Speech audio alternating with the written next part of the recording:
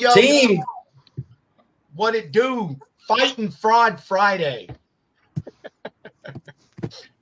How's everybody doing tonight? Don't have enough liquor in me yet. I know that's right. I'm just on beer number one. Jason can't drink yet because he's got to be the DD to take his little girl out. I actually stopped drinking 15 days ago. Oh, like stop. Congratulations. Well, I'm a recovering alcoholic, so I'm either drinking beers at 6 a.m. or I'm not. So like when I tell you I'm all in, bro, I'm all in. All right. Well, congratulations, bro. Amen to that, man. Already, man. I know work from home life's rough, bro. Like 6-pack for Ricky. Let's go. I know 10 o'clock in the morning, you're like, damn, I done already dealt with enough shit. I think it's time for a beer. I'm ready to go, son. Like I'm built. Sometimes it calls for it. But yeah, but not on a Tuesday, dog. Like that's when I was like, the liquor store guy knows me at 6 a.m. He's got my beer waiting for me. Like I probably got a issue right quick. I should.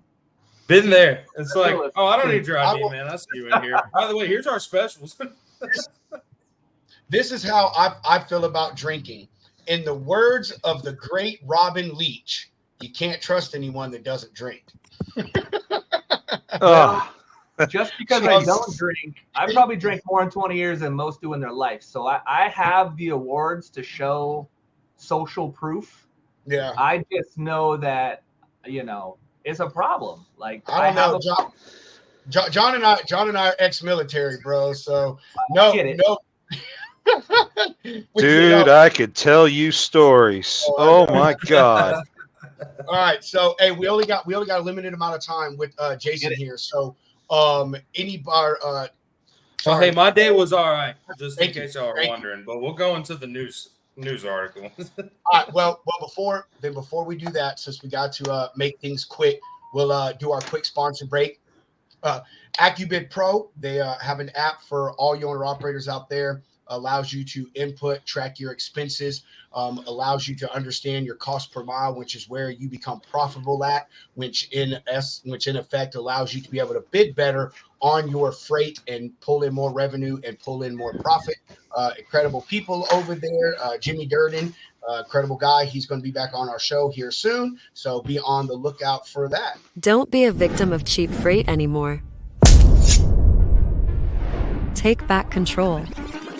These are turbulent times for the transportation industry, with companies merging or even closing their doors. Whether you're going out on your own or leasing on with a new company, know your operating costs.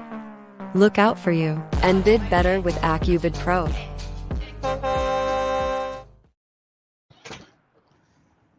Yeah, AccuBid, available in the Apple Store and the Google Play Store. Right now, they actually have a special going on that you get your first month free, and after that, it is only $19.99 a month. So, really good price for a very, very worthy and useful tool.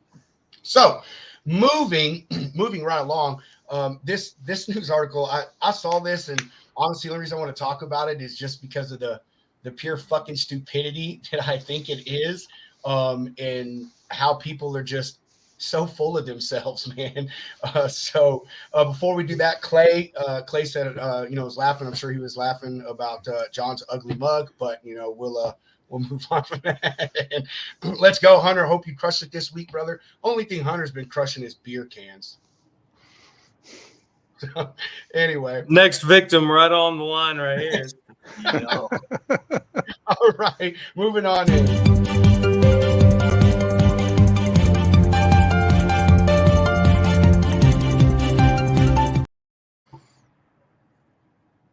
If I get my damn screen together here. So this article tonight, it is about a truck stop that is supposed to be being built in Burr Ridge, Illinois.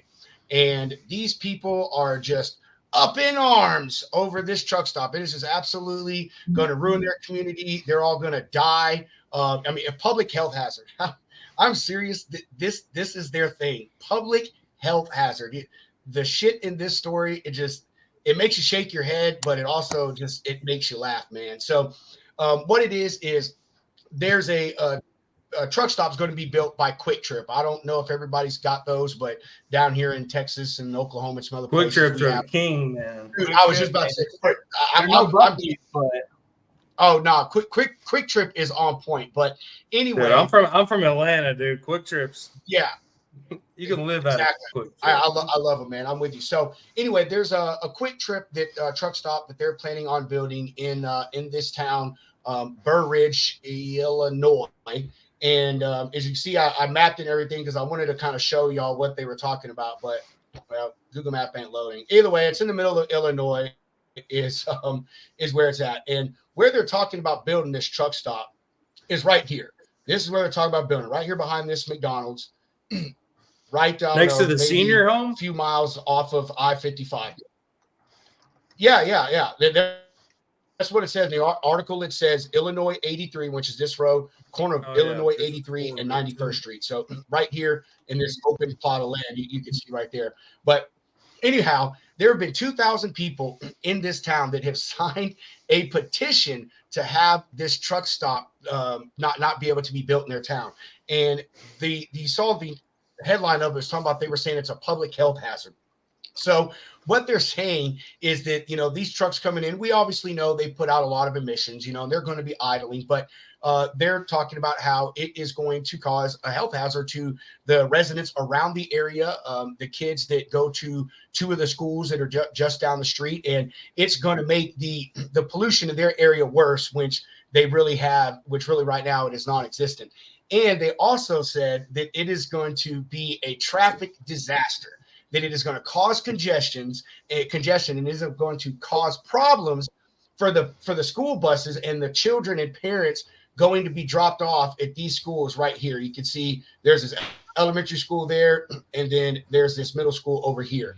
So kind of right smack dab in the middle is where they're going to build the truck stop. Now, they say, how this road is a small 2-lane road, all that stuff like that, that's going to slow things up. And I can see their point. But honestly, I know they're going to build this thing right here. They're going to build a crossover, put it into this street right here, and you're going to enter, and that's where you're going to exit. Now, the trucks could come out here, but still, it's fairly ways back from the light. I mean, you stack 2 or 3 trucks there, plenty of room for them to turn. Like, I just don't really see the issue. So you'll see some of the oldest lot lizards to date. Yeah, right out there.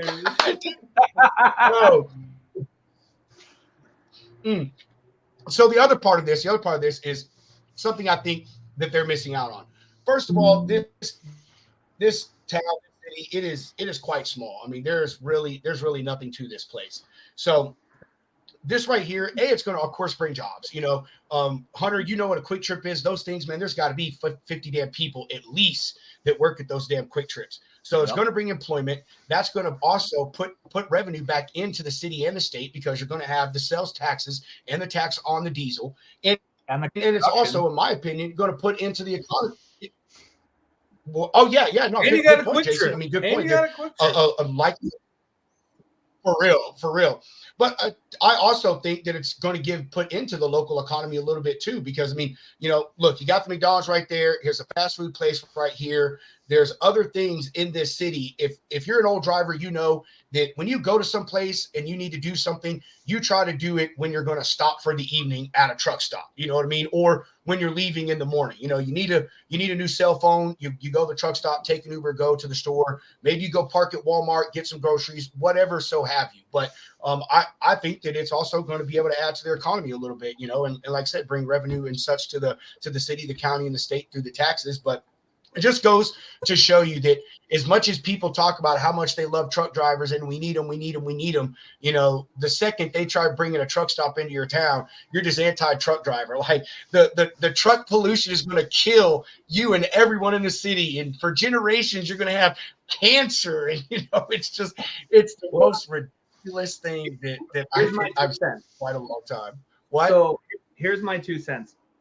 I agree with all your points. There's a lot of residential housing very close to that. Typically, you don't see residential homes that close. The other thing that stands out to me is why there? Where are their warehouses? Why did they pick a residential area where there isn't really a need for guys to stop because they're going to make a delivery 2 miles down the road? It doesn't look like there's much commercial real estate in that area. You know, I get it's off the highway, but you know, if I lived right there, I would have questions. I wouldn't necessarily say it's a public health hazard. I think that's a soft stance on an argument against it.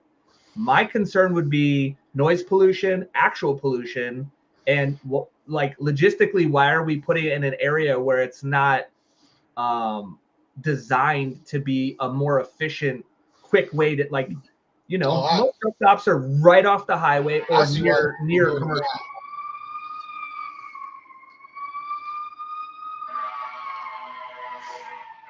Well, if you look, I was wrong on where it's at. It's actually in Chicagoland. Yes, so as someone who has been in Chicago many a times, there are very few places to park. The closest one that I know of is down there in Bolingbrook, and then there's some in Joliet and Moni and Romeoville. So I could see why they would do it there, because there is very few places to park up there.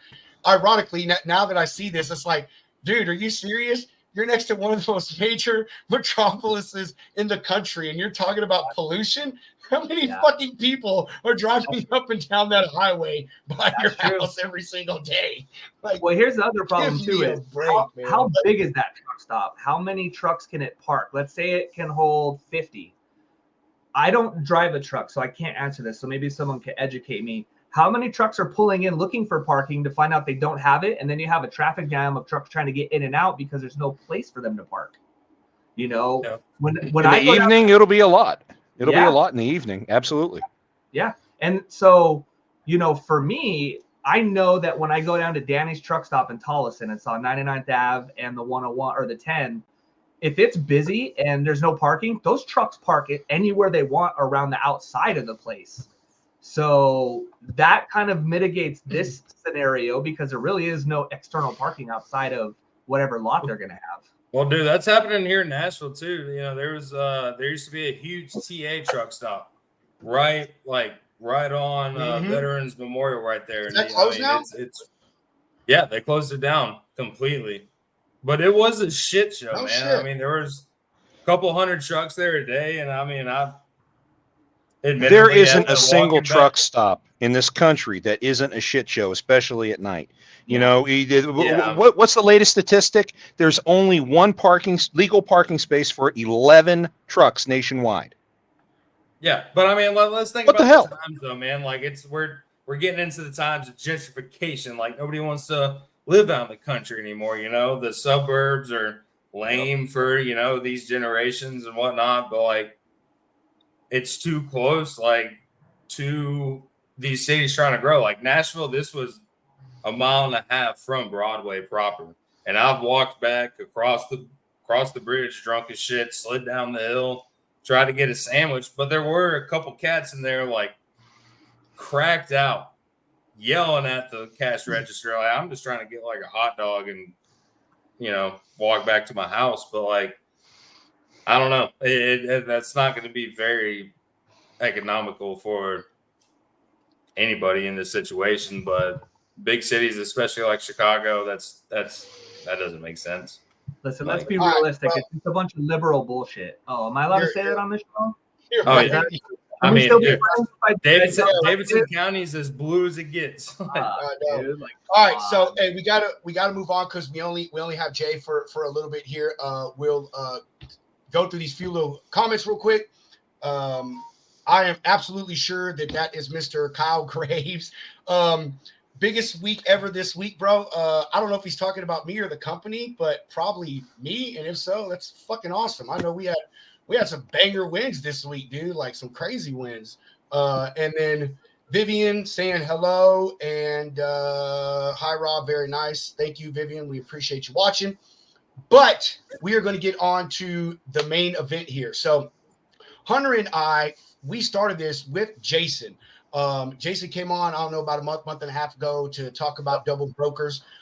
If none of you don't know, Jason is not on Facebook very big, but he's pretty big on LinkedIn. He did a video of him talking shit to a double broker that went viral on LinkedIn, and so everybody wants a piece of the J-Dog now. But point is, Jason helped us start this with the fraud and the double brokering, and Hunter and I have continued it. And I met John through my Facebook group that I'm in control of. He is a military veteran, transportation industry veteran, period. Currently does dispatching, works with the National Owner Operators Association to help them fight fraud and get carriers money that is due to them from double brokering and fraudulent MC scams. So we wanted to bring everybody back together. And since we have 3 brokers here, myself, Hunter, and Jason, that how we deal with double brokers and the fraudulent MC stuff, I thought it'd be awesome to bring John on to give his points, and then Jason and us be able to, bounce off of that. I am a broker agent for CRST. I don't do much with it, but I am a broker agent. Oh, hold on, before we go on, what does CRST stand for? I have no fucking clue. Caution, really stupid truckers. That doesn't surprise me. That doesn't surprise me. He's a double agent, double broker, man. Anyway, all right. So, John, we'll let you, introduce yourself real quick, and then, we'll let Jason reintroduce himself. It'll be quick with him, but go ahead and tell us about yourself, and we'll move on. I'll try to keep it short and sweet. I had my own trucking company for a few years. That is past tense. Made a couple rookie mistakes. Got sued into oblivion as a result, and so now I'm dispatching. Helps pay the bills, and I got sick and tired of seeing scammers preying after the carriers that I support. So I started fighting them, and I got so good at it. My own carriers dubbed me the double broker bounty hunter, and the name just stuck. I started doing this commercially since September of last year, and in that time, I've stopped 289 scam attempts on my clients, recovering over $80,000 in additional revenue for them. Let's go. Hell yeah. Double broker bounty hunter. Let's go. Fuck yeah. So, and for the last 6 months, I'm also the director of fraud prevention for the National Owner Operator Association because of my double broker bounty hunter program. Who's the president of the NOOA? What's his name? That is Michael Boston. Okay. Him and I had an interesting interaction in the last week. Uh-oh. That doesn't surprise me. He's a very opinionated young man. Let me tell you that. He's a lot older than you think. And yes, he is very opinionated, but that's why he's got his staff that helps keep him out of trouble. I like guys that just say what's on their mind, and no disrespect, as dumb as it sounds to everyone else, I'm that way. I don't care what anyone thinks about what I say, as long as I believe in it. And I just noticed him posting recently on LinkedIn, and I did some research. Like, I clicked on the website, I looked to see what you guys do, who you guys are. So when I saw you were going to be on today, and I noticed who you guys represented, I definitely wanted to meet you, and I think what you guys are doing are phenomenal. Thank you. No shit. I mean, listen, this needs to be attacked from both angles, man. We need to run a train on this shit. Okay. It needs to come from both sides. It can't be one-sided, and we have to share our knowledge and resources in order to really understand what's happening. The problem we have is we share it on, public groups where the bad guys are watching us tell what we know about them. So like there's good and evil in what we're trying to do. We're trying to help educate each other. But I think from the criminal perspective, I'd be watching everything you guys are saying. I would learn what and then try to skirt that. It's a cat and mouse game. It is. And anytime I'm actively engaged in an investigation, I would say half the time I start getting texts from the scammers taunting me. So, it happens all the time. Let's go. Exactly. I'll record your ass. I mean, if you want to get stupid with it, everything you say and do is on record. Like, my favorite's when they email me that they want to hold a load hostage. I'm like, well, you just committed, fraud, interstate fraud. Like, keep talking, keep putting it in writing. I don't care if you're in Serbia hiding on a VPN. You still just documented your crimes. Like, so when I go to my insurance company, whoever I need to protect us, it's all right there. It's right there. And I've been working a lot with the FBI over the last 2 weeks on a lot of stolen cargo scams, and the conversations I've been having with a couple of the agents, they have known nothing about the transportation industry. Nothing. So in an hour-long conversation with me, they learn more than they've ever known in their entire lives.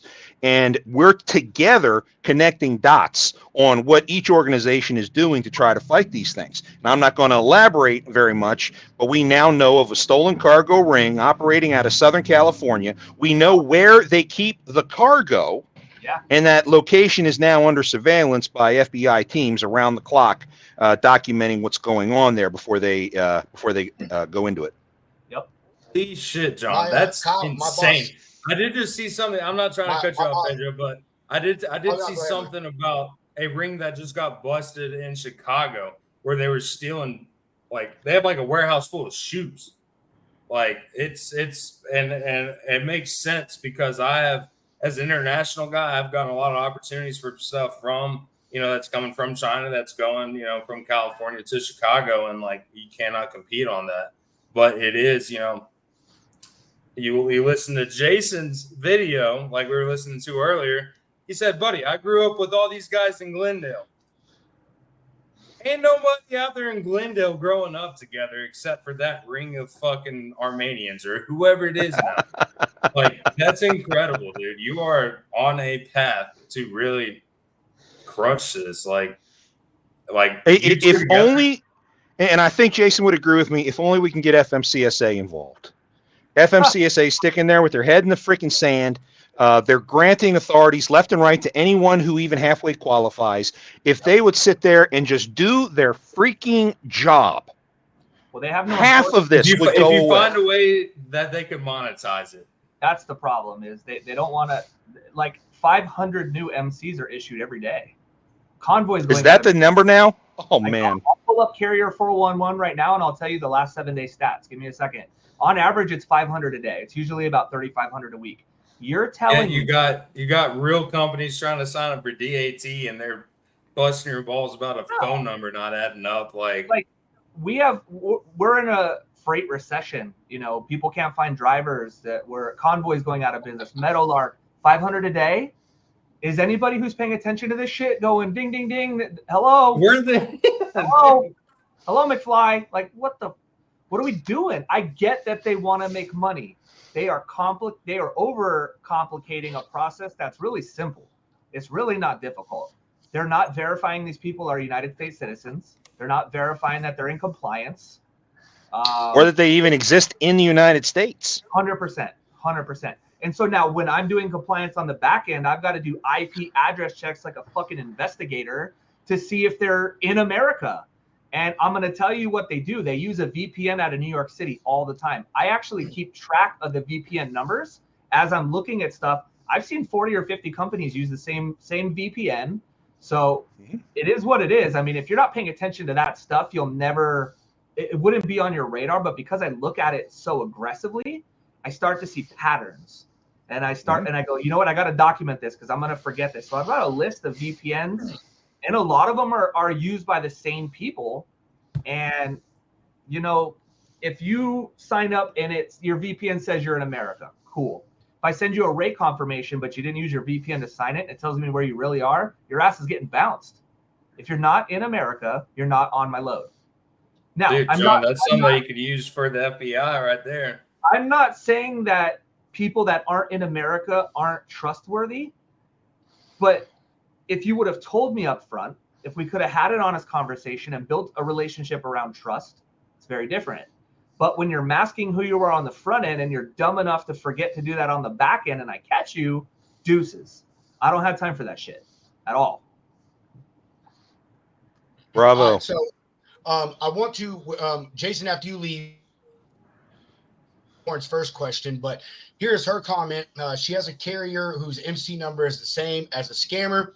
They get carrier packets sent to them, and those people are doing the loads, giving the broker the DOT number. We've caught them doing it 3 times.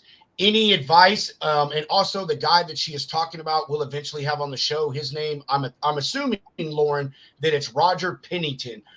He's in another Facebook group I'm in, and dude he's an amazing guy. So yeah, any advice for that, Jason or John, how she could try to combat that and get it taken care of? Good luck. I hate to agree with Jason, but it's the truth. You know that there's only so much that can be done without a formal guidance from FMCSA on how to deal with these kinds of situations. Everyone's running cowboy logistics. It's it's like I would give my right arm for there to be some kind of rule that standardizes how brokers deal with a scammed load. Okay, like I'd love to see across the board when you pay the real carrier the same amount that you offered what turned out to be the scam carrier. End of story. Whether that's more or less than the real carrier originally agreed to, that's the number they get. End of freaking story. I would love to see that codified into a policy or a law that is standardized across the board. And you don't see that. And that's one of the frustrations I have with some of the brokers that are out there. No offense, Jay. No, I'm not offended. I got thick skin, man. I've been married for 15 years. And that taught me how to not take anything personally, my friend. Trust me. And I know that there's, I guess you could call it a stigma for new brokers, because the majority of new brokers are in Ohio on paper. They're overseas.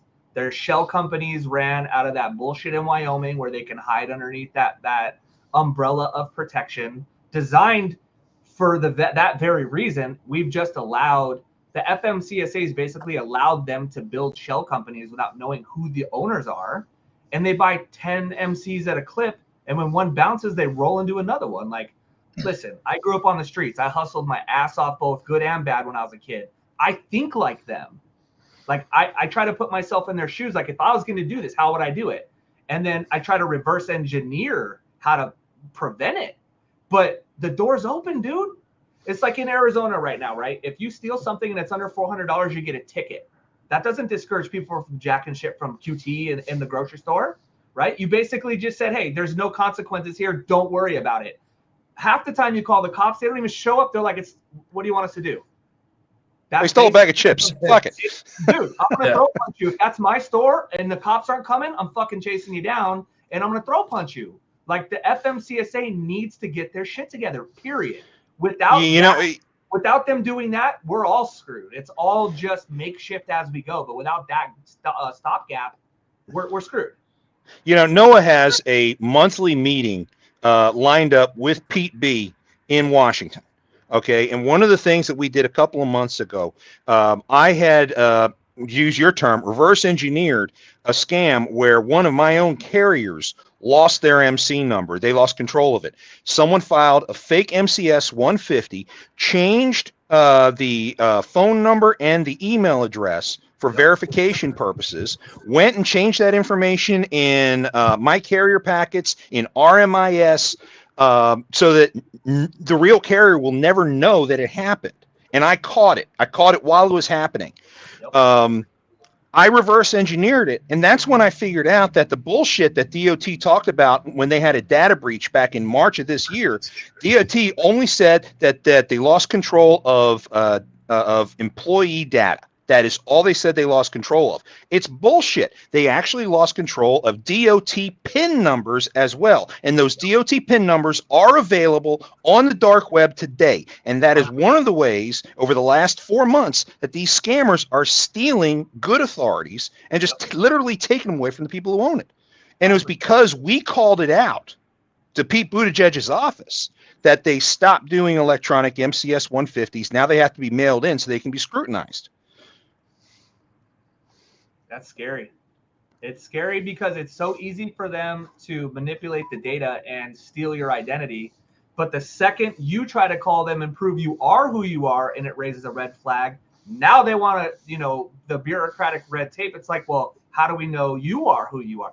Listen, motherfuckers, you let them steal. It's like when your identity gets stolen and then you prove it. It's not like your credit just gets fixed. You're still screwed. Yeah. Like, yo, like, what are we doing? It's like, oh, you're dumb. No. Good luck. It's bad. It's really, really bad. It's not going to get any better. And then here's the thing. It's not, you would think in the cheap freight market, it wouldn't be as big of a problem.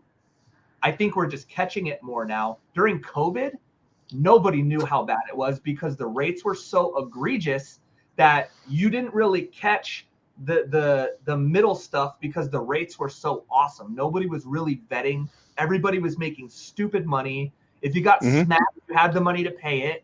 Now when you get smacked, it's real money coming out of your bank account, and you're like, oh, that ate my quarter. Shit, what do I do now? So people are now paying attention to it, and we're also talking about it more. You know, we're identifying a problem. But again, we're all, no one's coming to save us until someone comes to save us. Well, dude, I know, contrary to what you said, Jason, so during COVID, that's when I was working at VTES, and, you know, we started up our brokerage here in Nashville from the Montreal branch during COVID, like literally moved down here from Montreal March of 2000 and when did it start? 2020. Oh, damn, you're a Canuck? Oh, Jesus. No. I'm from Tennessee. I lived up there for like 6 months. And as I was flying back, Nashville got hit by a tornado, and they had just announced quarantine like the day we arrived. Yep. So it was fucked. But that was the first time that like I had actually experienced Carrier 411, and things were good. You know, like rates were good enough to where like even these double brokers could cover the freight. But you know, I was working with some of the big, like I was working with Home Depot at the time, and so like you know the rates were matching up, and I had this one carrier where they just were not providing the service time after time after time. Everything made sense. They weren't using names like John Cena and, you know, Carrie Anderson at the time, you know, like these big, you know, movie star names. But that's when I started catching on to, hey, these people have one truck out of Glendale, California. They have 15 freight guards back to back to back. Yep. And it just kind of, it really snowballed big time, and they got a little bit smarter. You know, you have some people with like 5 trucks, whatnot, but you'd go back and do some research, and it was all under the same. Well, I forget what the name was, like Mega 3PL Corporation or something like that. Yep. Like the main vessel that was running all of this, and that's when I really started catching wind of it. And it got me snake bit because like. To like Jason, like you're saying, or even John, like you know, using the dark web to steal MC numbers, people that used to work for these cats, like people are very, very smart. You know, they can go here and hack. Like you're having companies like Estes or like major TQL's database got hacked. Yeah. How easy is it to get in there and get all this information? You know, like. Yeah. And with FMSEA, as lazy as it is, everybody was making money then. So this shit is like a rat nest. Well, you hit it on a big point. It's an evolution. Okay, back during COVID, it was what we call the skim off the top scam, where they're stealing $400, $500 at a time. And you're right, it was going virtually unnoticed because they were still paying the real carrier. They were paying through QuickPay, and no one was the wiser. It's when this market started to flip about 18 months ago that things really started getting called out. And then about 12 months ago is when you started to see them change tactic from reposting loads for slightly less to posting the loads for more. Right.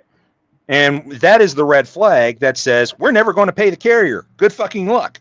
And we call that the too good to be true scam. So carriers, if you're watching this, if the rate is more than 10% above market rate, it's probably a scam. Don't too good to be true. But see, that's how I caught them too, man. Because like, even if I would get good rates, like I would like, if I was just having a tough time, I would always go and check, and like I would like reverse post it or like just check like as a carrier because we had assets, so I could see. You know, like what loads were posted. And I would just check like, hey, is this customer bullshitting me or not for spot freight? And yeah, like, dude, it's nuts. Like Landstar definitely had it locked down there for a while because they're the most notorious, but they still get it done sometimes. But I've got to interject. I got to interject on the Landstar bit. I've investigated Landstar a total of 35 times in the last 6 months alone. 35 times. In every single case, it is not a matter of double brokering. It's a matter of co-brokering. They have valid co-brokering agreements with fuck tons of brokers that are out there, and that is how they get away with doing it. No, but the thing is, co-brokering is legal. Co-brokering is legal. As long as they have a contract with that second broker and they know about it and have permission from Landstar to do it, then it is not illegal. Yeah, but and that is a bitch of it. But if you don't let me know, right, then that's just as bad. I have no problem with double brokering. Like Rob and I have coagulated. Let me point my hands this way. Rob and I have coagulated on some projects where, like, I just didn't have the capacity, but his company, you know, had the solutions for me, and I brought it up to my customer, and they're like, "Sure." But you know what, like, Hunter? If I just reach out to you as a asset-based carrier, yeah, sure, like you're a Landstar agent, but like I want to know if you're double brokering my shit, because if I see the same lane posted up through Landstar, through someone else, like that's just not cool with me. If you are going to broker it out, let me know. See, Hunter, I want to co-brokering without letting me know is double brokering through and through. I want to touch on what you were saying about you and I. I mean, I'm not even a fan of co-brokering for the most part. Like as far as traditional freight, like I've got a van load, and then I get with Landstar, who is a van, you know, does van load. Say, hey, move my van load because I can't find a carrier on my own. However, the situation like you and I, you know, Hunter, he specializes in dray, international, and I do traditional freight, you know, vans and flatbeds, box trucks, that kind of shit. So, you know, Hunter has a project, you know, has projects that they're here in the U.S. It's nothing he can deal with. He doesn't have access to the carrier pool that I do. And he's like, hey, Rob, you specialize in this shit, so you take care of this for me. Throw me $200 or whatever it is, and then let's do it. I am all about that, because I think that brokers should work together in that sense. You know, even like Jason, you know, Jason, if he did over-dimensional stuff and I get an over-dimensional customer and I'm like, you know, hey, I don't really do this, but I know a guy, you know. But that's why co-brokering exists. There actually is a process, a legal process that codifies that. Okay. Yeah. What the issue then, you have to be careful of the terminology between co-broker and double broker. Yep. And you have to be very careful in that terminology, because you say double broker, boom, you are a scammer, and everyone will believe it for the end of time.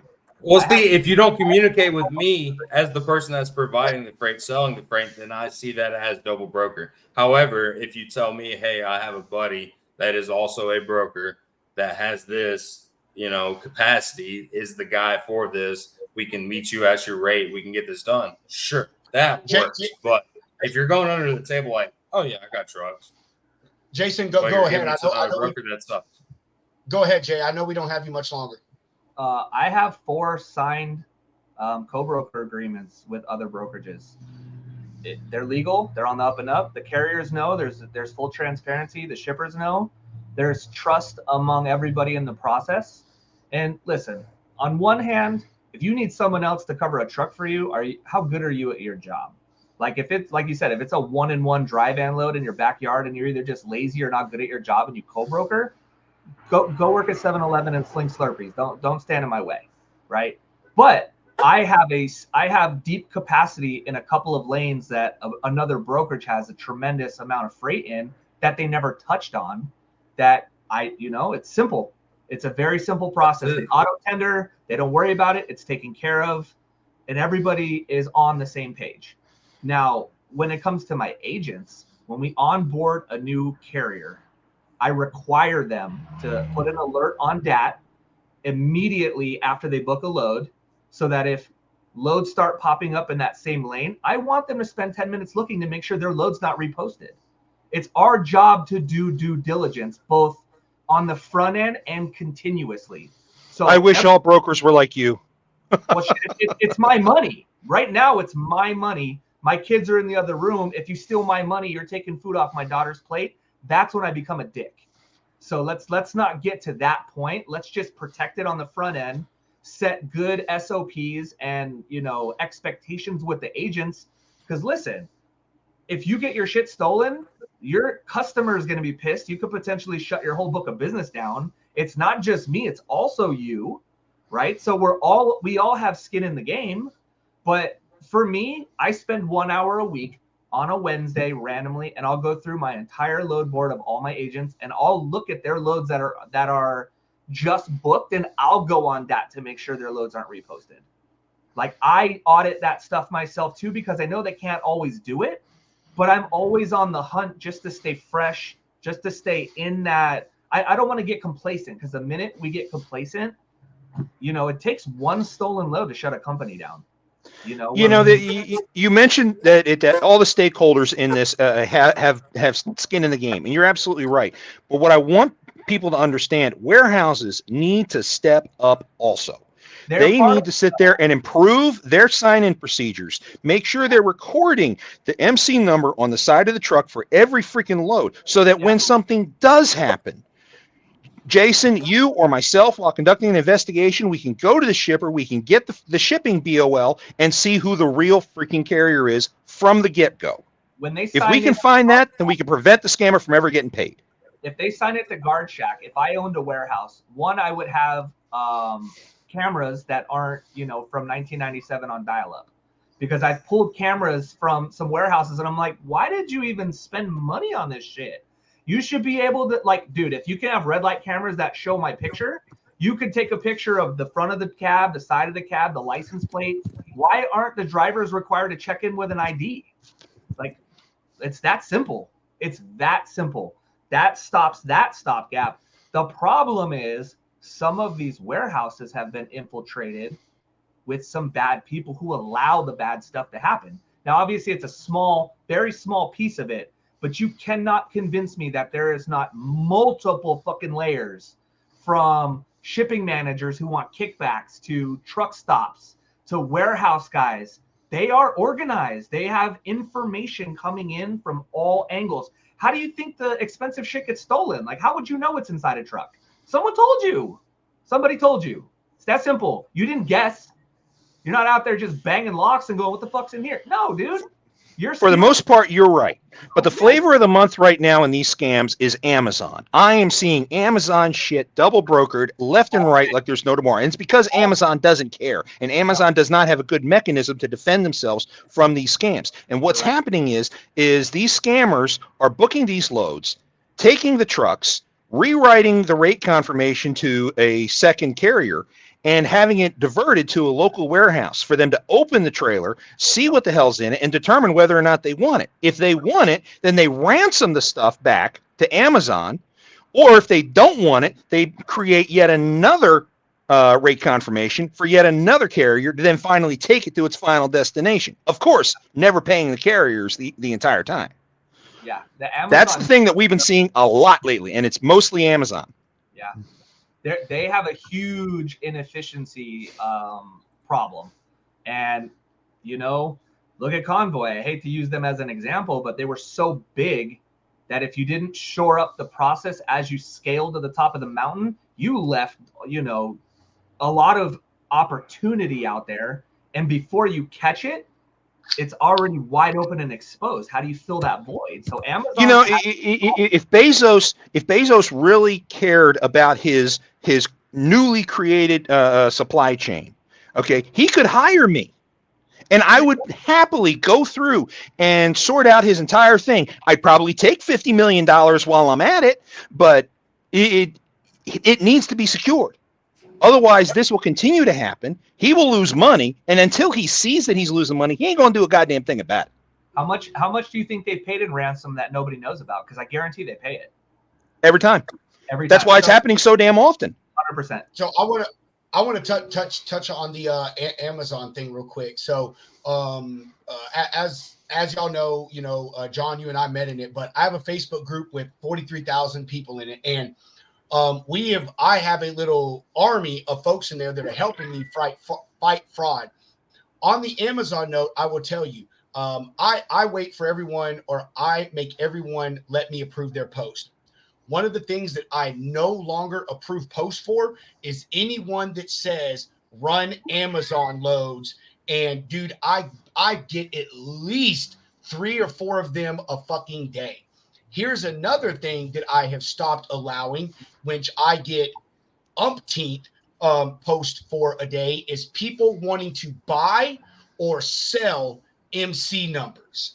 Like those are, I mean, dude, it is rabid out there, man. I don't see it on LinkedIn because, and no offense to truck drivers, but most carriers and truckers are not on LinkedIn. It's really the people like Jason, Hunter, myself, that are on there that are again, no offense, but are more management. Management. Anybody pretty much level. So anybody the point that has is compliance. Yes, and so they get on Facebook because just like you just said, Jason, there aren't compliance people on there like Joe, and hopefully Joseph, I'm saying your last name right, Joe Metten, Rob Carpenter, who although he does safety is also in compliance, who we'll have on next Friday. There's not those folks on LinkedIn, that are watching this stuff and calling these people out and being the advocates or whatever for carriers and brokers that we need. So it is that Amazon stuff. It's right, man. That selling MCs, buying MCs, DOT, that shit is crazy. And Hunter, I'm not going to say the name because they're a very, very large company. Hunter brought up to me a company that they own like 60 something fucking MC numbers. And it's a mix of brokerages, carriers, all this stuff. And they will pick, man, they'll get shipper stuff under one broker, and then they'll run it under a carrier. They'll go to a broker with the carrier MC and then double broker it. And it's just nuts. And the way they're able to the ring of LLCs, man, LLCs. It's being able to buy all these MC numbers, man. And that Amazon stuff, dude, there's no oversight on it. Like you were saying, John, like you said, Jason, there's none of it. It's kind of like initializing a new MC. Like Amazon's just, hey, you want to run our freight? Fill out this 5-line fucking form and we'll put you on some shit. You know what I mean? I hate to go there, but this is a conversation we had in my group as well. Uber is one of those like Convoy that they're the same way. They're starting to hire agents, man. They're starting to hire agents. They're the next one that I think is going under, by the way. Uber. Yeah, I hope so. And honestly, dude, I caught so much slack for a post I made in the group, John. You have to go look it. But one dude called me a fucking bigot because I said, who cares they got a business? It ain't like they employ Americans anyway. And he called me a bigot. But anyway. Got fired. I want to say something before Jason goes. I want to say 2 words because I want to get his reaction. Crossroad Services. Fuck that. Don't make me go to Las Vegas. Don't make me pull up. I'm knocking on your fucking door. I know where you are. Like, you're not hard to find. If I see Crossroad Services come across as the factoring company on any carrier, deuces. I don't even tell you. I just blackball you right away. Like, it's not stupid. Like, anybody who knows. Let me tell you a quick story before I jam out. Amazon reached out to me about a month ago, asked me if I wanted to become a carrier. Dude, my dick got hard. I was like, yeah, let me be a broker to No, bro, they asked me to sign a co-broker for you. They wanted to broker my freight. I was like, get the fuck out of here. Get the fuck out of here. We're looking for them back calls. See how much, it's because of that video. It's because of that video, Jay. They was like, I actually was like, you want me to broker your in-house freight? I was like, let's go. And the guy's like, yeah, we can move all your freight. I said, hey, do me a favor. Give me 5-lane examples of what you could move freight at. The quote he came back was so egregious. I told that dude, hey, who's buying this shit? You can move my freight for $3,700 from Phoenix to Colorado? Dog, that's a $1,900 bill all day right now. You want to charge me double? Dude, who's making money that way? Like, what idiot says yes? Amazon. No, not your boy. Dude, that conversation ended very, very abruptly. I said, sir, no disrespect, but you know what the fuck you're doing, dude. I don't have time for this. I was under the impression you needed my help, and you're asking, it's the other way around. Like, you wasted my time. I got excited. I did my research. I was coming to close this deal, and you're just some schmuck trying to poach. Man, go find another sucker. That's not happening here. We can streamline your process and more efficient. Dog, you just try to charge me double. What are you doing? What are you doing? Do you even know what you're doing? Are you just making shit up as you go? Like, I'm in the trenches. I asked for 5 lanes specifically. I know intimately to see how close they were. Double. No. So Hey, That's no, wild. no joke. I tapped my Amazon account the next day. I was like, "Fuck Jeff Bezos, dude." No, sir. Amazon, the next great double brokering. I would give my right nut to be able to close my Amazon account. My wife would leave me. We've been married 25 years. I can't afford that. That's your moral compass, son. You got choices. You got choices. I didn't say I buy anything from them. That's just her. Shit. All right, boys. I got to take this girl to homecoming. So, I appreciate you guys as always. Thank you. I'm always down to jump in. Friday nights are free. So if you need me to come back on, send a text, hit the bat signal. I'm rolling. Oh, yeah, bro. Jay, I'd love to connect with you offline sometime and see what we can do to work together. The boys will send you my info. I 100% would love to collaborate. Definitely. I was just about to say that. And honestly, that was the whole reason I wanted you two on here, is to be able to partner up and attack this shit from both ends, man. Jason on our end of the spectrum, and John, you over there on the other end of the spectrum, because even though we both deal with it, we see it and deal with it from different ends, and it looks different on each side. So yes, John, I will get you Jason's information so you two can hook up and collaborate. Jay, awesome. Dude, as always, we appreciate you, man. Thank you for coming on, and we're going to have you on again. Tell your daughter from us, happy homecoming. Y'all be safe out there on the roads and have. In the next 6 weeks, I'm going to have a product coming out called Compliance Ninja, and it's basically a training course that I'm going to sell to people on how to catch all the stuff on the front end that I know of at scale. So I'm working on it. I want to give it away for free, but dude, it's my problem is I don't want to put it out there and sell it to the bad MCs who now know what we're looking at. So just want to put it out there. I'd love to collaborate with you, John, and get your idea from the back end. And, I don't need to monetize it. I just want to do my part in, preventing something that I'm passionate about from taking a shit. Because, dude, if this shit falls apart, what am I going to do? Go back to punch a clock for someone else? Bruh, I'll go back to stealing shit before I go punch a clock, dude. Right now, I don't blame you, man. Ain't nothing like rolling out of bed and working out in my skivvies. Son, I'm telling you. So appreciate you guys. I'll holler at you later. Pleasure meeting you, man. All right, guys. All right. I was just thinking about this before Jason got off. It'd be funny if he finds double brokers, charge them a shit ton for this information, and then just send them nothing. That would be ideal. That would be great. I've got to come up with something like that. Hunter, oh Jesus! Hunter, here in a minute, we are going to have our favorite trucker conspiracy theorist come on. Terry, I love how you knew exactly. Terry. Oh my fucking God! He's a legend, man. He's a legend. That's so funny. We're about to have Terry come on here in a second, but before we do, I want to go back to a comment we had towards the beginning. John, do you know who Sam May is? I can't say I do. Dude, I'm gonna have to hook you up with Sam May.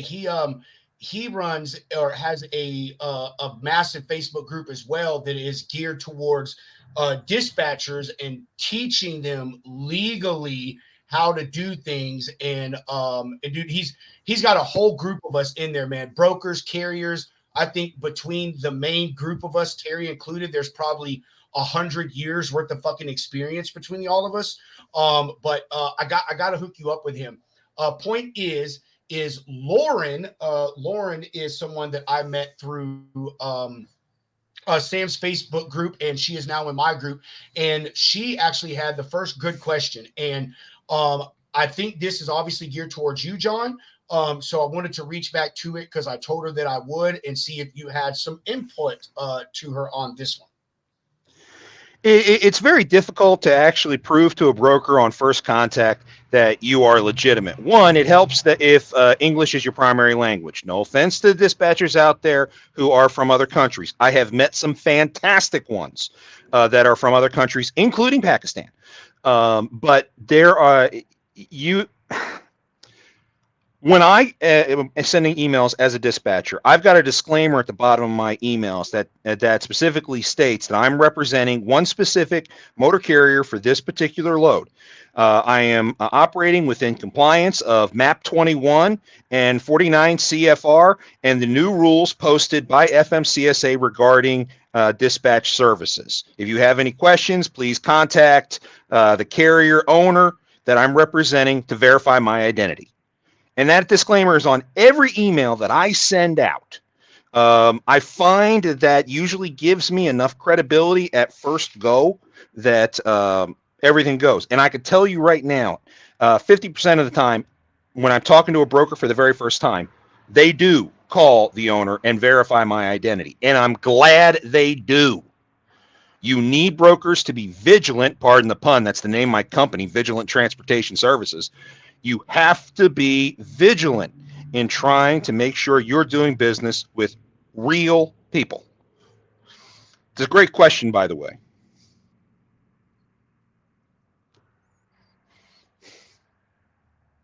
Did I lose my audio? No. Okay, there we go. Sorry, that was me. My bad. This was another one from Lauren when we were talking about the shippers helping us to deal with this issue. Lauren, I think it is a good idea in a way, but I mean it would be easy to just go to Office Max and just buy a bunch of fucking stamps. I know you can do it because I used to be a logistics manager for Office Max, and you literally go in there and have a stamp made with whatever you want on it. But I think if we did something like this in conjunction with what John and Jason were saying, and that is when you check into that shipper, some of them will make you put your name on there and the name of your company, but they don't make you put your MC. The reason that I think that it would be it is important or would be amazing for them to put their MC and DOT number is because me as a broker, I have customers that when I schedule appointments with, I put it under our name, which is Well Logistics, which we're an agency for. I work for Synergy Freight, but we're an agency for Well Logistics.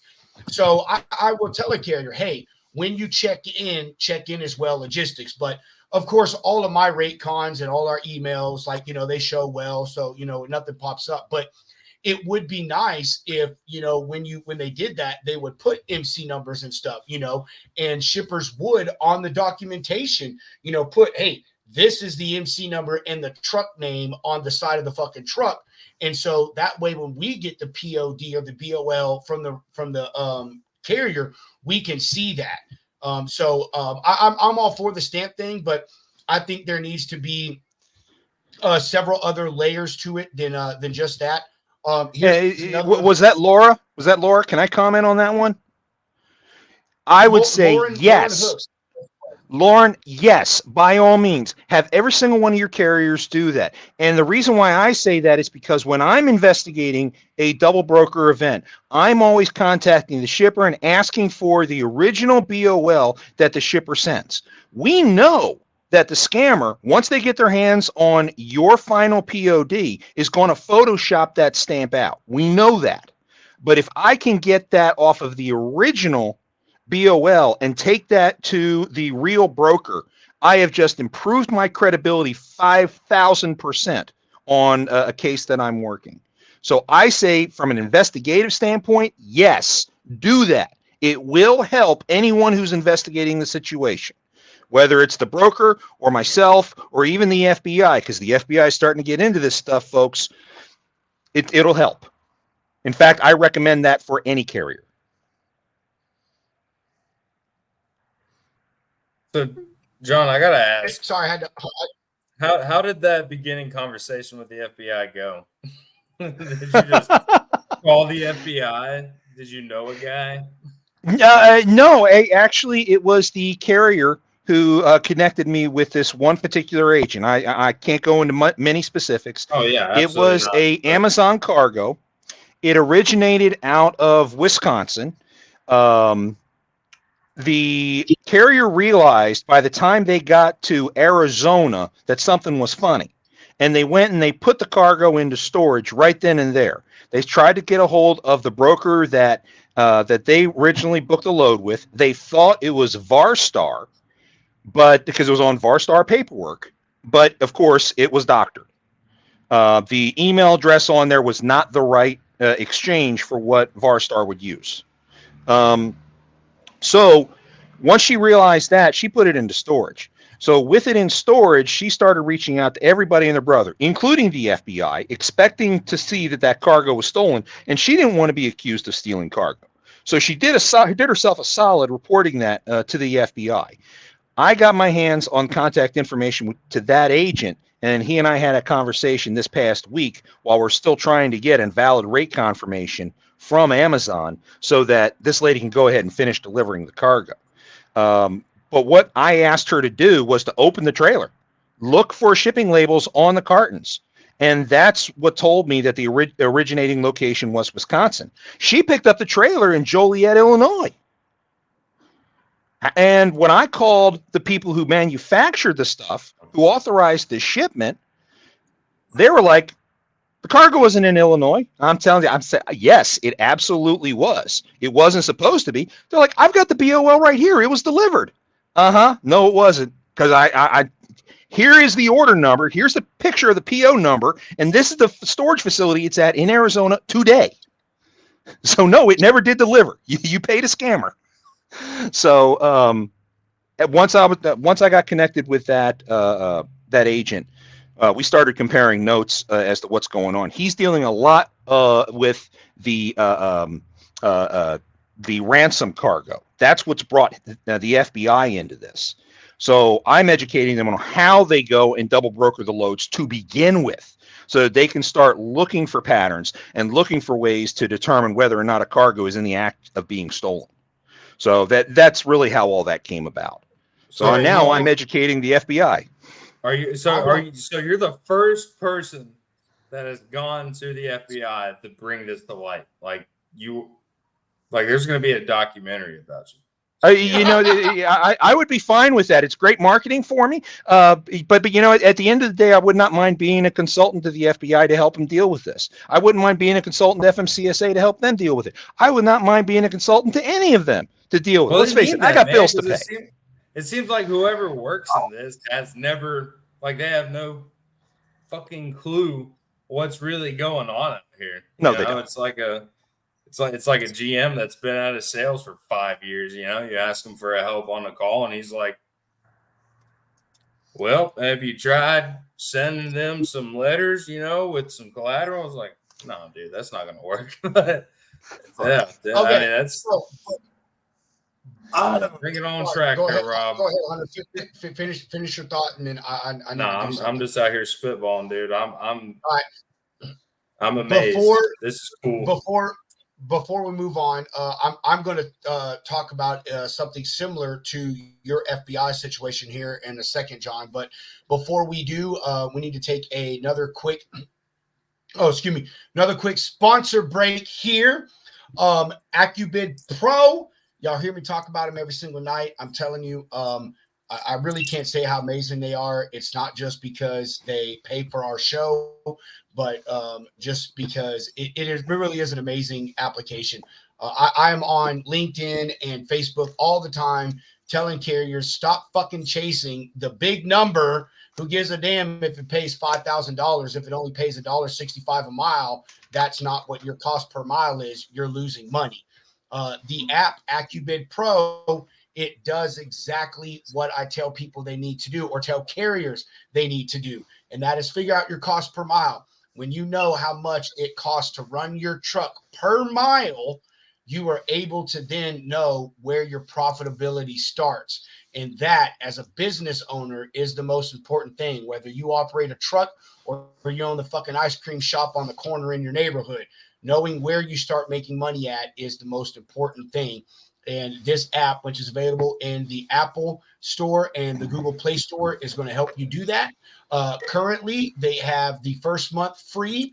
And then after that, it is only $19.99 a month.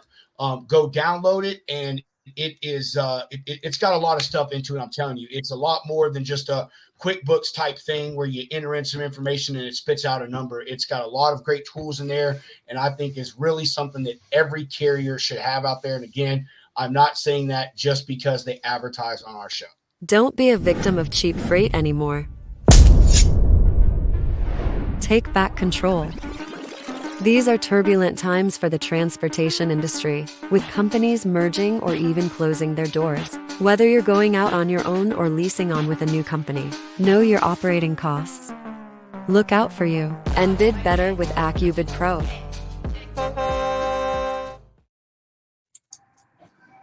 Yeah.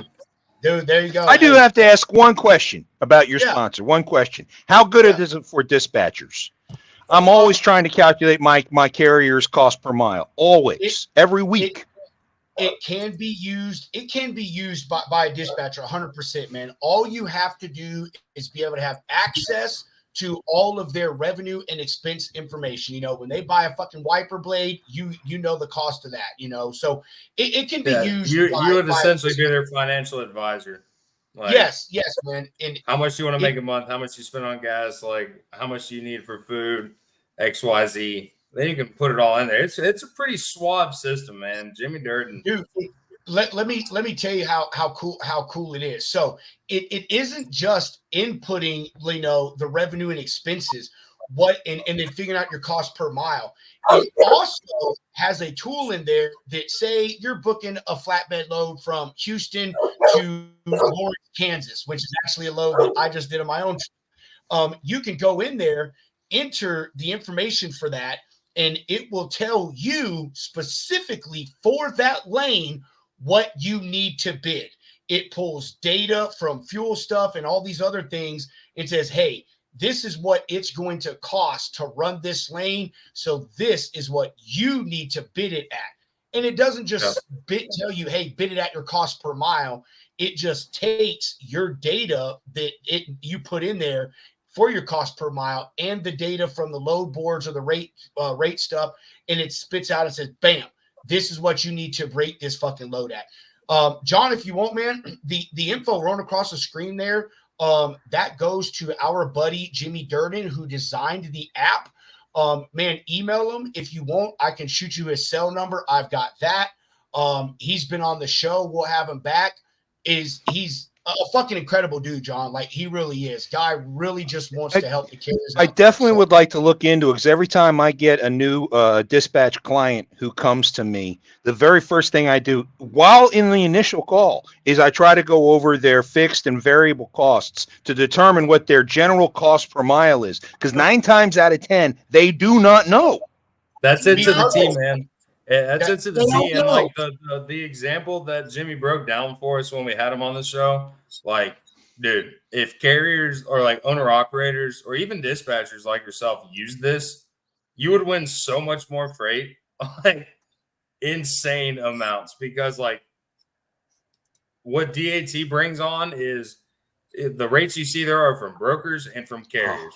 What's been posted, what's been offered, but like this really breaks it down to where like you can come in almost as the cheapest provider, but it makes sense. Like, you know, you can't trust the data on DAT or Truck Stop about what the anticipated rate should be for that lane, right? Oh yeah, no, don't exactly. Get me started on that, bro. My boss, but my boss, a lot of people don't know that. Like a lot of people, you read the freaking disclaimers. The disclaimers tell you their data is bullshit. Well, they actually tell you that. Who reads that? Who reads that? Here's why their data is bullshit. They want your money. I'll say, man, Kyle taught me this shit, and another guy who works for us, Dylan, which we had Dylan on. Hold on, Rob. I'm gonna call you out real quick. Gizmo burns you. You did spell Friday wrong. Yeah. What the fuck? You spell? Well, fucking edit it, goddammit, edit it, dude. Hey, I was. No, I'm not doing that. It's like when I spelled logistics wrong. Well, I was trying to figure out what the fuck you were mean up Friday. I mean, I know I'm gonna edit it here in 2 seconds. Shut no, up. No, don't edit it. It's already in there. But John, this you know, for the Army vets, you know what an RMO is, right? Oh yeah. Round metal object, Coins. I had a career field coins for logistics officers made up. I misspelled logistics on it. I had 2,000 of them stamped, and logistics was misspelled. I luckily convinced the manufacturer they fucked it up, but it was my fault. To back to my point before we go off is the way that DAT gets its data currently is through integrations with TMS systems. Some of them are with carriers, but most of it is with brokers. And what I mean is when you sign up for a DAT account, it asks you if you want to be able to allow them to have access to your transportation management system, dispatch software, whatever it is.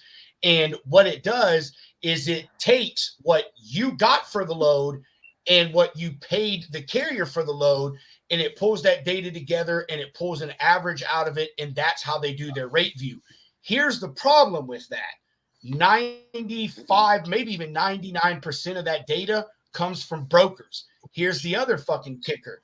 99% of that 99% comes from the big boys who we're not going to mention on here, but you all know who I'm talking about, who run, 75% of the freight across the country for the who sit on the board at TIA and exactly.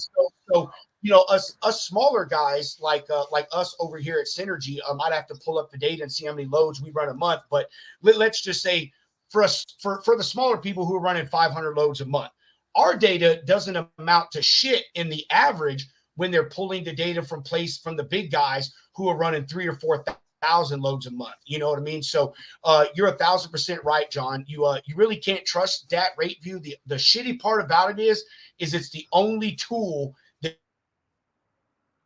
to be able to rate freight on, and there's really nothing no one can do about it. And that's just the sucky part about it. Lauren, I don't know what you were talking about because we already moved on, but John, whatever it was, Lauren said exactly. They need to know. So whatever you fucking said, John, people need to know it. But hey, I also want to touch back on what I was saying about my experience with, or our experience over here was something like you were talking about with the FBI. So we actually had, cost per mile. Thank you, Lauren. Thank you very much, Lauren. So we had a situation over here where we had some freight taken hostage. Both of them got resolved. One of them, unfortunately, the shipper caved into them and paid their ransom. The second one, and I won't go into details because I don't want to give away how my boss did it, but he was able to track the shipment down to a warehouse, I believe in California, and called the local authorities, man, and said, hey, this is the situation. Here's the proof that this is my freight, my customer's freight, so forth, so on, and had them dispatch over the location, and they were able to secure the trailer. So my boss Kyle, he has kind of taken it upon himself to try to start helping with the ransom of the freight, because that's a new thing. Not only are they double brokering your shit, but they're double brokering it and then taking it for ransom and charging your customer for a ridiculous amount of money to get their freight back. I actually heard of one instance with another broker. Their customer's freight got taken hostage, and the whole load was only worth like $25,000, but his shipper ended up having to pay almost $50,000 to get that stuff back, which to me makes no sense. I don't know why he would do that, but apparently it was of vast importance to him to get the stuff back. And it's ridiculous, man. So shippers, if your freight is important, RFID tags, slap RFID tags on them. Apple AirTags, we can track it then. Shippers, call fucking they're Apple. Like $20 right now. Man. Apple tags like $20. 5,000 AirTags, man. I bet you they would give you a discount on a bulk volume deal. Go to your 3PL, supply your 3PL with them, and every time they send one of your shipments out, make sure they hide one on the freaking truck. I mean, dude, man, you will save yourself a lot of trouble. All right, so He should just hand some burner phones to the driver. Hey, man, for the AirTags, you know, make your checks out to Vigilant Transportation Services LLC. Thank you very much. Have a nice day. Terry, listen, this is how fucking crazy Gizmo is. So Gizmo is Terry, John, just so you know. He comments, do you have an email? I want to send you something. Are you talking to me or John? Actually. No, I'm talking to Lauren. It was underneath her thread. Oh, to Lauren. Motherfucker, put a name. Like, we don't know who you're talking to. You could be talking to Jeebus. Don't even. I've had a shitty week up until today. So all right, start with so Giz. Yeah, Rob, lay off Terry, man. Oh, I love Terry. Terry is a funny motherfucker, bro. All right, hold on, Terry. Before I let you talk about your week, Lauren. This is a comment from her. She had one of her carriers break down 4 weeks ago, and he still had the load. We were getting calls every day and threatening emails. I felt horrible because we really couldn't do nothing. Hold on. Let me comment on this. Lauren, I literally just had this exact same thing happen to me this week. Well, not exact, but similar. So I have a customer that I do loadout trailers for. And so we had a carrier pick up the loadout trailer, got a load. They went to deliver it, and the entire load was rejected. First of all, I want to say, fuck this broker. I'm not going to say their name, but they're a shitbag because of what they did to this carrier and not getting this situation handled quick enough. But the carrier literally has been sitting since Monday morning with this load on my trailer, my customer's trailer, and they couldn't do anything about it. Like nothing. They were just sitting there with this thing on their trailer, and they can't call it. Did you have them on a 7-day loadout? I did, but hold on, I'll get to it. So they emailed us about it, and said, hey, this issue, we just been checking in. And they were telling us, hey, we're so sorry. Like, please don't think we're stealing your stuff. Sent us pictures, all these things, and I will say that we didn't hound them, man. We were understandable. We checked in with them like once a day. Hey, what's going on? They replied within 5 minutes. Here's the situation. And we had tracking on them the whole time. They kept the tracking on the entire week, and they delivered the trailer today.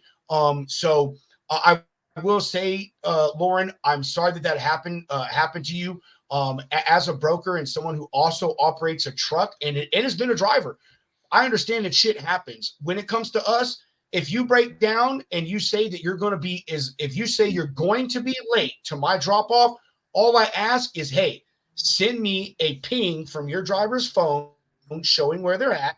I want the shop name or the location where you are, and I need just a few pictures, giving me proof. And as long as you do that, I'm cool. I'm only going to check in with you once a day, see how things are going on, and that's going to be the end of it. So I'm sorry that you had that instance, and I know a lot of brokers are pieces of shit. And the unfortunate part is it's because of the exact reason we're doing this show is because you cannot trust anybody. Nobody out here. Well, dude, I'm going to say if you can't send a picture or you can't ping, that's such huge red flags. Like if somebody says, oh, my driver has a flip phone. You're a even fucking the liar. Shitty flip phones have a camera on them. I will send you the $1.75 for that text. Whatever is on his phone. But also, let's put dollars to cents here. We're talking about hundreds of dollars a day. Ask somebody that works at the truck stop or wherever, if you're actually at a shop, hey man, can I use your phone so I can take a picture of what's going on and send it to my company so I don't get fucked? If you can't do that for me, kick rocks with no shoes on. Like, what drives me nuts in those situations? I mean, first off, this is the trucking industry. Shit happens. And everyone knows it. Okay. As long as your communication is good, I've never had a problem with any broker whatsoever when any of my carriers have a problem. Okay. But what drives me insane are the brokers. And you guys heard me talk about this earlier today and how brokers get their feelings hurt. They will sit there and slap freight cards on carriers just because they broke down and they're late. Yes. What the flying hell? Oh, by the way, one of the things I do is I help get freight cards repealed. You do not need to hire an attorney at $2,000 and no guarantee that you'll have success. I charge $500 and you only pay me if I get your freight card repealed. Period. End of story. I love John. Dude, if a broker gets mad about one load breaking down, they don't have enough freight to really care. Like, I love how John is self-promoting without our permission. I have to make sure we go back and we edit that. I'm just joking. Hey, Gizmo, go ahead and chime in, bro. Oh, I was just gonna say, John, I need to speak with you afterwards. You work with Mike, right? Mike Boston. I do. Okay. I have we have a carrier. I don't deal with them. It's one of my agents. They at Carrier 411 have basically shut the company down. Okay. Evidently there was some mix up when they were getting their authority. Well, Carrier 411 has them inactive. No one will use them. They've had their authority for over 2 years. I've heard about this case. Yeah. It's one of my dispatchers that she has been dealing with this for well over a year. So I would like to talk with you afterwards, if that's okay. Certainly. About this particular situation. Also, who's doing the vetting at NOLA now for dispatchers? That would be Caitlin Price. Is she the one that's down in Texas? Yes. She doesn't respond to emails. It's not that she doesn't respond to emails. She probably gets about 3,000 of them a day. So if she hasn't gotten to you, try again, or you can contact me. I actually am one of her certified and approved dispatchers. So if you have specific questions about our dispatch program, I'm happy to answer those for you. Okay. That was something I wanted to ask you about. One of the big things that we've all been dealing with are these foreign dispatchers from out of country that really have no business being in our supply chain. What is your feelings on that? Because that has gone to special, started this new double login thing where every so often they will disconnect you and make you re-enter your code. And it's got to go to a cell phone in the U.S. I don't know if you run into that or not. I have.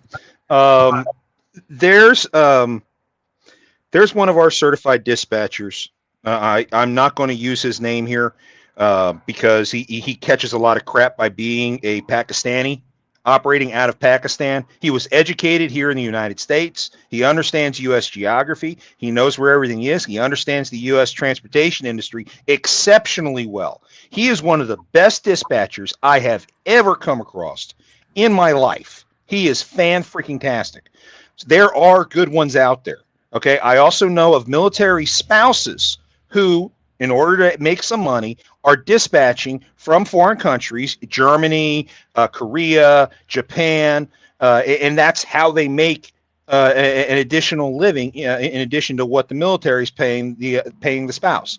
So these people, I think, are bona fide. I think they understand what the hell's going on, and they're good people to work with. But the vast majority of overseas dispatchers, yeah, they are complete crap. If you're talking about dispatchers out of India, the big dispatch farms that are there, Pakistan, Afghanistan, those guys, it's ignorance. It's lack of understanding. It's lack of knowledge of the of geography in the United States that makes them so freaking bad. Now, if you talk about the dispatch centers that are in Eastern Europe, that's a whole different ballgame because those guys are actually affiliated with the scammers. Not only are they dispatching the loads, they are actually double brokering them as well. Okay, yeah. So the Guys in India and Pakistan, they are just stupid bad, while the guys in Eastern Europe are criminal bad. John, let me say this, dude. Business ethics do not translate like language does. Business morals do not translate. So anybody that's not in the U.S. is not going to conduct business like we do in the U.S. If someone books a load with you and they get a better rate, they're going to fucking kick you to the curb, even if you said, yeah, I'll be there tomorrow morning. Okay, John. They're going to leave you in the dirt. I've been in the industry. Because they want more money, and they think it's okay. I've been in the industry since 93 when I got out of the military. I started off as a driver, then I started buying trucks. Then I went to becoming an agent.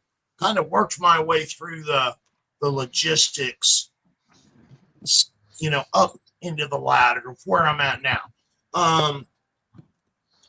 My honest opinion is no one from the United or outside the United States, Canada, and Mexico should be involved in our supply chain, especially with the way things are right now. There may be some good dispatchers out there, but unfortunately, right now, I'm not going to argue with that. And I can certainly understand everyone's feelings on that. The level of fraud that's taking place in an industry today is absolutely unprecedented. It was bad 3 years ago, and it has gotten exponentially worse every freaking year. And it got to the point where 3 years ago, the economic loss because of double brokering was somewhere around $80-90 million. Okay, this year alone, we are well over 50 billion, that's with a B, in economic losses to shippers and carriers and brokers over these scams. And it is just skyrocketing. So I absolutely understand. And I also understand why a lot of carriers don't want to talk to dispatchers, period. I completely understand that. I welcome FMCSA regulation of dispatchers. I welcome it. I want to interject for 1 second and just bounce back to something we were talking about with Jason before he left, and we were talking about the amount of new MCs that are being opened up. 500 a day. No. Check this out. Yes, close to. So Jason just sent me the Carrier 411 report for between October 12th and October 20th. So we're talking 8 fucking days. 2,281 new MCs over the course of 8. Did he email that to you? Do you have them broken down? Do you have them broken down by carrier and broker? Yeah, he said he was going to send a list. If you can get that on the screen, let's get that on the screen. Okay, hold on. Let me. I'll do it. It's carrier authorities, but also John. I want to bring something up to you real quick, just to show you the comments. Jason Williams, he's in my Facebook group. Really great guy. He's a top contributor to the content in the group. He's a carrier. Love everything that he puts out. Him and I have some incredible debates. But this comment, right there, John. If you just make a note of it, maybe write his stuff, his MC down, and just get back to me and let him know. And I will say that that's another shitty thing about this industry is these freight guards. If you can message me that MC number when you get the chance, and I'll send it to one of my proxies. I cannot get a Carrier 411 account. I am not permitted to get one. My number has been blocked. Okay, so I work with 10 different brokers who send me freight guard reports whenever I request them.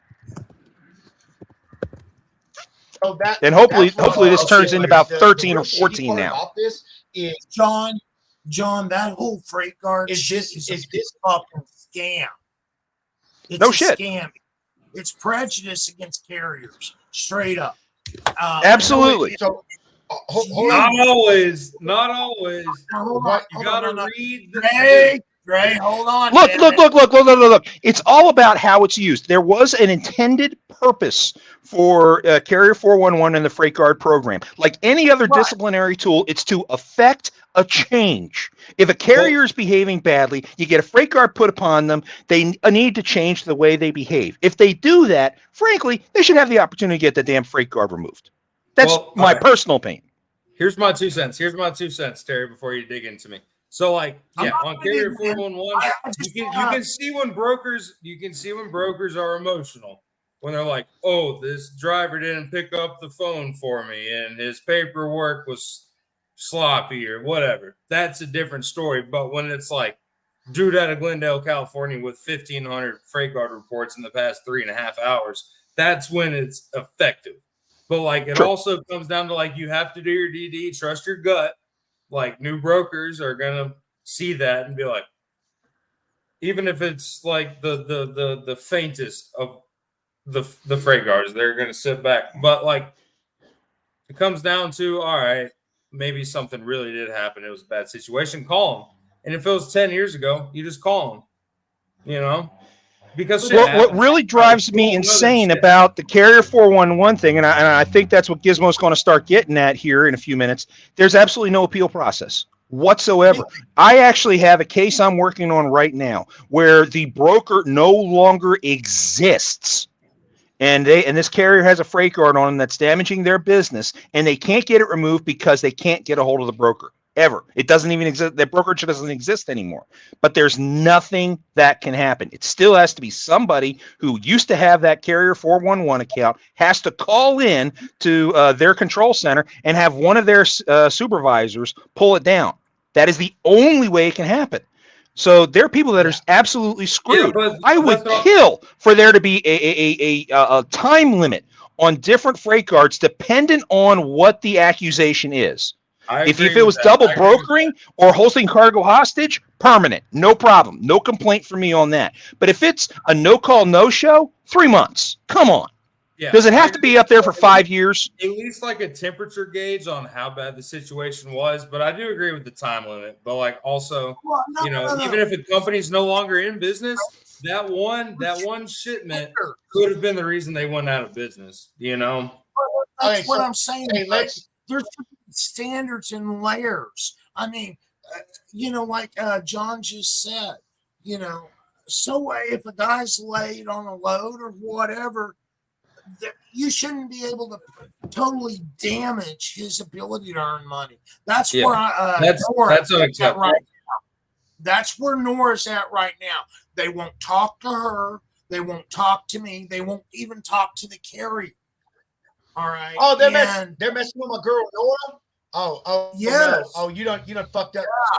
You done fucked up, man. The worst part is I've had agents at FMCSA attempt to call Carrier 411 to try to correct issues like that, and they cannot get Carrier 411 to correct the issue. Yep. Okay, so that's I mean, that's totally what it was not designed for. It was designed to penalize bad carriers and identify those carriers for brokers. Now, but you can get that information off the FMSCA website if you just go and look up an MC number. Not the Carrier 411, dude.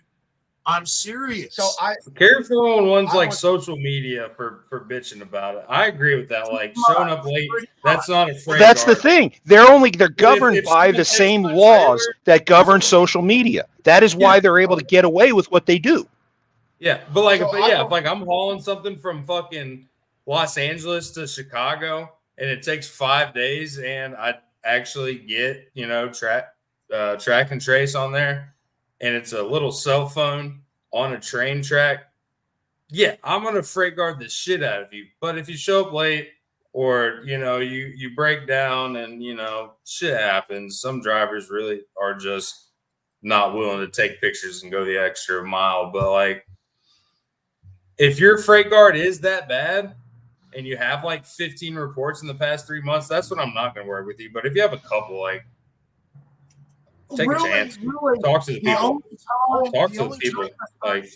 would be getting a freight guard is if you're holding a load hostage, or you can't get a hold of the driver, or situations for double broker. Yeah, like serious situations, not like normal shit that happens on the road. You know, I want to advise carriers out there this. I see this stuff all the time on Facebook. People saying that they got a problem with the broker or something, and everyone's sitting there saying, "Well, fuck, just hold the cargo." Do not do that, carriers. Please, whatever you do not do that. There is only one instance where legally you are allowed to hold a cargo. Only one. And that is when you have no reasonable expectation of getting paid for the load. I fucking had to do it.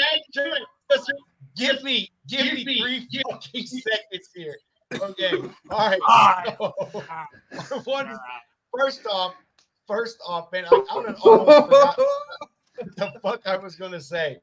So, first of all, who said that, Lauren? I love you, Lauren. All right. I want to say something to touch on everything that was said. First off, I agree with you, John. I've actually never thought about that, but I think the timeline should be something that is established. Again, never thought about that. I think that's an amazing thing. They treat it like a fucking credit report, like the shit's on there for 7 years. It's like, hey, 6 years and 10 months ago, I shut up, Gizmo. You had your fucking chance. Just give me a second. Jesus Christ. Oh, fuck you, buddy. What is this, an episode of It's Always Sunny? The guy who shouts the loudest is the one who gets it. Gizmo's going to lose every time. He's got a small voice. Sorry, Gizmo. The show, John. You don't know Gizmo's history. But, I agree. I agree with there should be a time limit. And although we do freight guard reports here, and all that stuff, we are ones that, like Hunter said, we do it for serious shit. The dude said, "Hey, I'm going to be there at this time," and that's fine. You're late, and they were late. That's cool. You're late. But then they say, "Oh, I'm going to do this and I'm going to do that," and then they go 300 miles out of route. Example, I had a guy a few weeks ago, man, who picked up a power only trailer for me, a loadout. I mean, the thing went from Indiana to Florida was a 7-day. The motherfucker went all the way to California, then up to Washington, then over to North Carolina, then back to fucking Texas. And this is seriously what he told me. "Hey, buddy." And as soon as he said this shit, I knew in an email. He goes, "Hey, buddy, I'll get the trailer back to you as soon as possible. My carrier has to make money." At that point, I told him this. I sent him an email and said, "I don't give a fucking rat's ass about your carrier. You get my fucking trailer back right now, or I'll report that shit stolen. End of story. I don't give a damn what your excuse is." And he said, "Oh, you're going to do that to me? You're fucking right. I'm going to do that to you. You're in possession of a brand new $70,000 trailer that my customer is expecting. And you're right. I'm a freight guard you. I'm a carrier assure you. I'm a 411 you. I'm everything that I can do if that trailer is not in Florida by tomorrow afternoon at 5:00. And I'll tell you what, that son of a bitch, he had my trailer there at I'd have to look at it, but I think it was like 3:15. So I agree with Hunter. There are the instances that it need to be done, but a lot of these brokers, they get emotional. They're like, "Oh, the carrier was late, and then he didn't do this and he didn't do that." It's like, dude, like, things happen, man. Okay, I understand that you're sitting in an office and you don't even know how to go out and start a truck, much less make it move forward or backwards. But there's no reason for you to get bent out of shape because you don't understand the way that things happen. Even though I monetize my ability to get freight guards removed, and by the way, I got an 80% success rate, I will not attempt to try to get a freight guard removed if they're guilty. Number one. Number two, if it's double brokering and there's multiple freight guards on there, I'm not going to touch you with a 10-foot pole. I represent the National Owner Operator Association. If I'm sitting there and I'm going to bat for a carrier to try to get a freight guard removed, I'm going to be damn sure that I know that they're not guilty of what they've been accused of, and it was an emotional response on both sides. Because let's face it, communication would fix 99% of any freight guards that would have gone out there in the first place. Okay, I know that. Okay, So I help carriers. I come in as a neutral party to be that voice of reason. And that's why I'm so successful at it. But if they are actually guilty of what they're being accused of, I don't even take it on. I don't even try it. Already. So before we continue on, I want to put Lauren Hooks' comment on here. Hunter, this is mine and your favorite fucking subject. And dude, every time that I say this thing, I put in parentheses, coined by the Logistics Lounge. And what I'm talking about is these goddamn COVID crusaders. Yes. Lauren, do you think social media ruined the industry? Fuck, yes, I do. Yes, I do. And I hate to say, I'll go back and say it again, specifically Facebook. Because I'll tell you, as someone, and Hunter will agree with me, because him and I are both huge people on LinkedIn. This shit doesn't happen on LinkedIn. It happens on Facebook. 1,000% it does. In my you want to buy a logo you'll for see. $5? I don't allow any logos. I don't allow any training. I don't give a shit. Broker, dispatch, carrier, take your training course and shove it up your ass. I don't allow any Amazon stuff, no selling or buying of MCs. If you post, you can't post a load without posting your MC number, and it better come back as a broker, or I will delete your post and then I'll fucking ban your ass. I will say, yes, again, social media has ruined the industry in a lot of ways because our society as a whole is so geared towards social media, and we don't understand that everything you see on the internet is not true, and people are so ignorant that they don't do their research, and they just say, oh, well, this person posted this, it must be reputable. It's just like the people who go on Facebook Market and go to buy a pair of shoes, and then you go to get the pair of shoes and you're fucking robbed for the $500 you were going to buy the pair of shoes. That is what I put next to that. Exactly. I'm right there with you on our Facebook group. I am the admin for the NOAA Facebook groups, and we are exactly the same way. It is all about the trucking industry, trucking news, and the things that NOAA is doing to support the trucking industry. That is it. There is nothing else that goes on there. And we actually had someone, part of our Carrier Alliance, earlier this week, start posting things about the new Israeli-Hezbollah war. Okay. Yeah, it sucks. I don't like that wars happen. I'm a war veteran myself. I know what that shit does. I don't like it. And I believe in free speech. But it has nothing to do with trucking. So I removed it. And I caught insane amounts of flack because this particular individual was part of our Carrier Alliance. When we go to Washington and meet with Pete Buttigieg, you know, all these different association presidents are in the room together. And this one was one of the presidents of one of the associations. And he went off and he said it was either me or it was him. And I have to give Mike Boston all the credit in the world. I love that man to death because he chose me instead of this guy, no matter how important he was to the alliance. And he was very important to the alliance. He chose me because he knew I was doing the right thing to protect our Facebook group.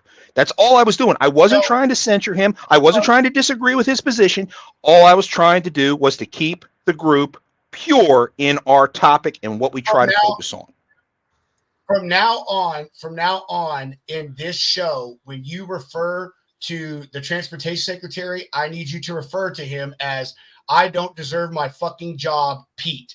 That is the name That's fine. I have given. I am glad that you guys do business with him, but that guy is he's a fucking moron. Like that dude. Look. I'm not going to argue. He's a moron. His staffers, on the other hand, are extremely intelligent. And many of them have not heard the issues that we have brought up to them before and are chasing down specific issues. His staff is intelligent. He is a moron. Absolutely. I'm glad to hear that, man. I really am, because, you know, unfortunately he's the face of a lot of the stuff that goes on with that. And obviously, you know, when you see this guy who doesn't know shit, like this guy could be an Uber driver and move people, much less knows anything about moving freight across this country. I'm really glad to hear that he is supported by people that know what's going on and that you guys are making way. But I will get on that because I don't want to affect anything you guys are doing. But yes, so what'd you say, Lauren? Back on what you said, John. Lauren, I agree. I love communication. I will say that the military made me a communication stickler. I want to know not literally, but if your driver is going to stop and take a 45-minute piss and that's going to cause him to be 5 minutes late to my drop, I would like to know that. Whatever is going on, I appreciate that. I am an over communicator. Even though I have a team that does everything for me, I call carriers all the time and relay stuff to them personally and say, hey, here's my cell, man. This is what I called you from. Give me a shout if you freaking need something, So I agree. Communication is important. And as John and you said, if more people in this business, even brokers, would be more communicative, it would forego a lot of the issues, because when someone doesn't know what's going on, all you have to go on is your assumptions. And as we all know, assumptions suck. You know what I mean? Assuming makes an ass out of you and me. But Rob, dude, just talking about that reminds me of that story I told you about that drayage carrier I had picking up from Andrew's spot that tried to charge me detention because he took a shit for 30 minutes. Okay. Yeah. I'd like to make a comment about this on the screen here. Okay. Number one, what the fuck has OOIDA done for the trucking industry in the last 50 years? Somebody please explain that. They endorsed the Motor Carrier Act of 1980, which is what sent this industry into a downward spiral to begin with from a carrier standpoint. I don't know how you brokers feel about it, but it's definitely the truth on the carrier side. Okay, so that's number one. Number two, okay, I don't care what OOIDA has to say about this shit. There is a solution to every problem that exists, and you do not have to fucking hire an expensive attorney to figure it out. Most brokers out there and most carriers are reasonable human beings. Most importantly, they're Americans, the real ones anyway. Okay? Yes. We can figure this out. Just talk. Let's negotiate. Let's come to the table to find a solution. Okay. Otherwise, if we go to court, it's not going to be having to struggle over a $10,000 storage bill. It's going to be struggling over a cargo that was taken by the storage company because no one's paying the fucking bill. And now instead of $10,000, it's $150,000 out of someone's pocket. And I don't want a judge trying to decide that shit. Oh, by the way, and the attorneys are taking all the fucking money for it. Dude, so I'm sorry. I'll get off my soapbox. Preach, man. No, I want to touch on this from a broker standpoint, which it's so ironic that so many things that have been brought up tonight I've actually dealt with extremely recently. This is a situation that I dealt with, and here's what it is. So I had a load of salt that went to Knoxville, Tennessee. The load got there, and the load was rejected because, and get this, there was a mouse trap. Matter of fact, let me find the fucking picture here. I still have the picture. I'm going to pull it up right now. There was a mouse trap on the last pallet on the load. And come on. Boom. There was a mouse trap on the last pallet of the load. As soon as it pulls up, you'll be able to see it. Boom. There it is right there. All right. This was on the very last pallet when they got there. The load was rejected for obvious reasons. This is salt. It is going to a food manufacturer. So this is a food grade load. Regardless, even if it was a load of fucking TVs, what I'm about to say makes sense. So the load was rejected, and the carrier of course calls me saying, hey, the load's rejected, blah, blah, blah. We didn't put this mouse trap on there, so forth and so on. And of course, first off, I'm like, you're a fucking idiot. No shipper in this world would put a mouse trap on a trailer. It doesn't matter what it was, where it was going to. That is an automatic rejection just for the simple fact, even if it went to a TV manufacturer, you're talking a possible cross-contamination as far as there may be a rat on the trailer, and that rat could make it into their facility and cause an issue. Big time. Point is is my shipper immediately said, hey, this load, it needs to come back to Baytown, Texas. Mind you, they're in Knoxville. They said they weren't going to do it unless I compensated them. Of course, I told them, fuck off. Then my customer said, hey, how about you just tell them to take it 154 miles door to door to Saltville, and we will have it unloaded and we will dispose of it. The carrier told me, I refuse unless you compensate me, and you're going to pay me a day of layover for sitting with this load. Here's my point, Jason, and this is what I told that carrier. That's fine. You go ahead, because I'm going to call the cops and I'm going to tell them that you're in possession of stolen freight, because I will agreeably pay you the rate to haul that load. But now that the load has been rejected and needs to go somewhere, that load and you're holding it, that is now possession of stolen property. I'm going to file a claim against your insurance company. I'm a freight guard. I'm a careful one. I'm going to do everything that I can so you never haul another fucking load in this country ever again. And then they said, oh, well, I'll just go get rid of it or sell it. That's fine, because now you're committing a felony because you're distributing stolen property. Please play with me, because I will destroy your company by the end of this day. So I will say that. Can I offer a timeout here? Can I offer a timeout? Yeah. Okay. I hear your passion on it, and I agree with the vast majority of what you say in principle. Okay. And I'm coming at you as a devil's advocate here. Okay. Has anyone gone and looked? Has anyone gone and looked at the shipper's warehouse? Does the shipper's warehouse have mouse traps around there? Is it possible that a mouse trap somehow fell onto the pallet in the racks or whatever, and that it may not have been the carrier fault? Is that a possibility? The reason why I ask this, in my past life, one of my past lives, I was a cargo inspector. And when things like this happen, I would get sent out to warehouses to investigate these types of issues. Okay. And sometimes it's not the carrier's fault. So I understand where the carrier's coming from to a point. I know where you're coming from, and I agree with you for the most part. But somebody needs to go to that warehouse on a fact-finding mission and verify if there was a possibility that contamination could have taken place at the warehouse. I am so glad that you brought that up, John. Oh, I'm so glad you brought that up. So first off, let me say that I've been working with this customer for 2 years. This specific warehouse, I've delivered a load to them once a week since June.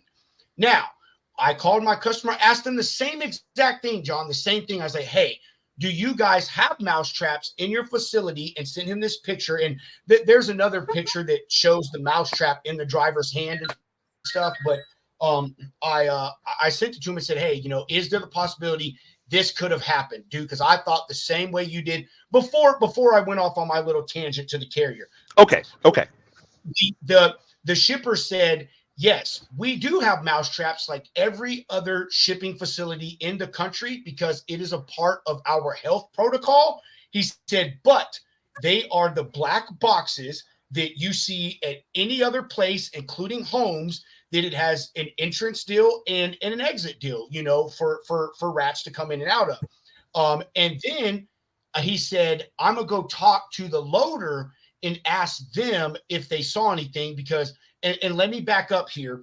This carrier swore up and down that my shipper is the one who put this strap on there and secured the load. I'm going to tell you, no shipper will ever secure a load, because that is a safety issue for them, and it is a liability issue, because if they secure it and something happens, it is 1,000% their fault. I drove for 10.5 years. I've never once had a shipper secure my load. However, he went and talked to the loader and asked him about this shipment, and they actually have video cameras by every single door that records from the moment the truck backs in to the moment that they leave. Mind you, this is like $1 billion salt manufacturer, so they've been in business 6 decades. They got their shit together. The loader said, no, he said, this is what happened. And I'm going to pull this picture up again, and you'll see exactly what I'm talking about. Hold on, guys. Let me pull up. All right. So he said that when the driver pulled out of the dock and said, hey, I need to, secure the load, per usual. The driver got in, used the strap, and when he was ratcheting it, the ratchet part started busting through the plastic. He grabbed something off the ground and put it behind the ratchet strap so it wouldn't break through the plastic. If you look at this picture, that is exactly what it shows right there. Like exactly right there. It's exactly what it was. And then my customer even sent me pictures of the rat traps that they have, which it being the black box. And he said the same thing I did. He said, how stupid would we be to put a rat trap on a food grade load going to a food manufacturer? So I am with you 1,000% on everything you just said, brother. And I will say that one thing that makes me different as a broker is I was a driver, bro. I operate a truck right now. I have a friend that I operate 2 trucks with. One's a power only. One is a 48-foot flatbed. My driver is actually on the way right now to California. So I look at everything from both perspectives because I know that shit happens. And even though something may seem far-fetched, like, dude, you wouldn't believe the coincidences that I've ran across in this industry that anybody else will look at and be like, oh, this is so-and-so's fault or this is so-and-so's fault. And it was some third-party person who just randomly got involved in a situation that nobody knew about. So I do appreciate your devil's advocate, brother, but I hate to say I'm not being arrogant about this. I was 1,000% on the correct in this one. Oh, I'm not arguing that whatsoever. One of the reasons that makes me as effective in fighting fraud as I am is I am able to look at it not just from a carrier perspective, not just from a broker perspective, not just as a dispatcher. I've been a cargo inspector. I've done maritime. I've done warehousing. I've done it all. I know where all the different things can happen that a lot of people don't think about. So that's why I bring these things up. And I have these same discussions with other brokers, like when I'm dealing with freight card situations. My job, if there's a reasonable doubt that the driver is guilty of whatever they're being accused of in a freight card, then I run through, these are the things that could have happened. And they're like, well, okay, that might be that. We didn't check on that. Well, then can we give the guy a benefit of the doubt? Has he lied to you in the past? You've done 500 loads with him. This is the one load that screwed up and you threw a freight card on him. Is there any way we can get through this? That's why I bring that up. Okay. No, you're definitely in the right. You understand where things are coming from. You understand the different nuances. You ask your customer about what they have at the facility. Boom. You are spot on. You've done your job. You've done your due diligence. That's one of the things I love about you guys. You're doing your due diligence. There are far too many run-of-the-mill brokers who are former car salesmen who are in this job who, again, all they're doing is getting their feelings hurt. They got sand in their pussy, so they go ahead and they throw a freight card on the carrier. Yeah, I'll tell you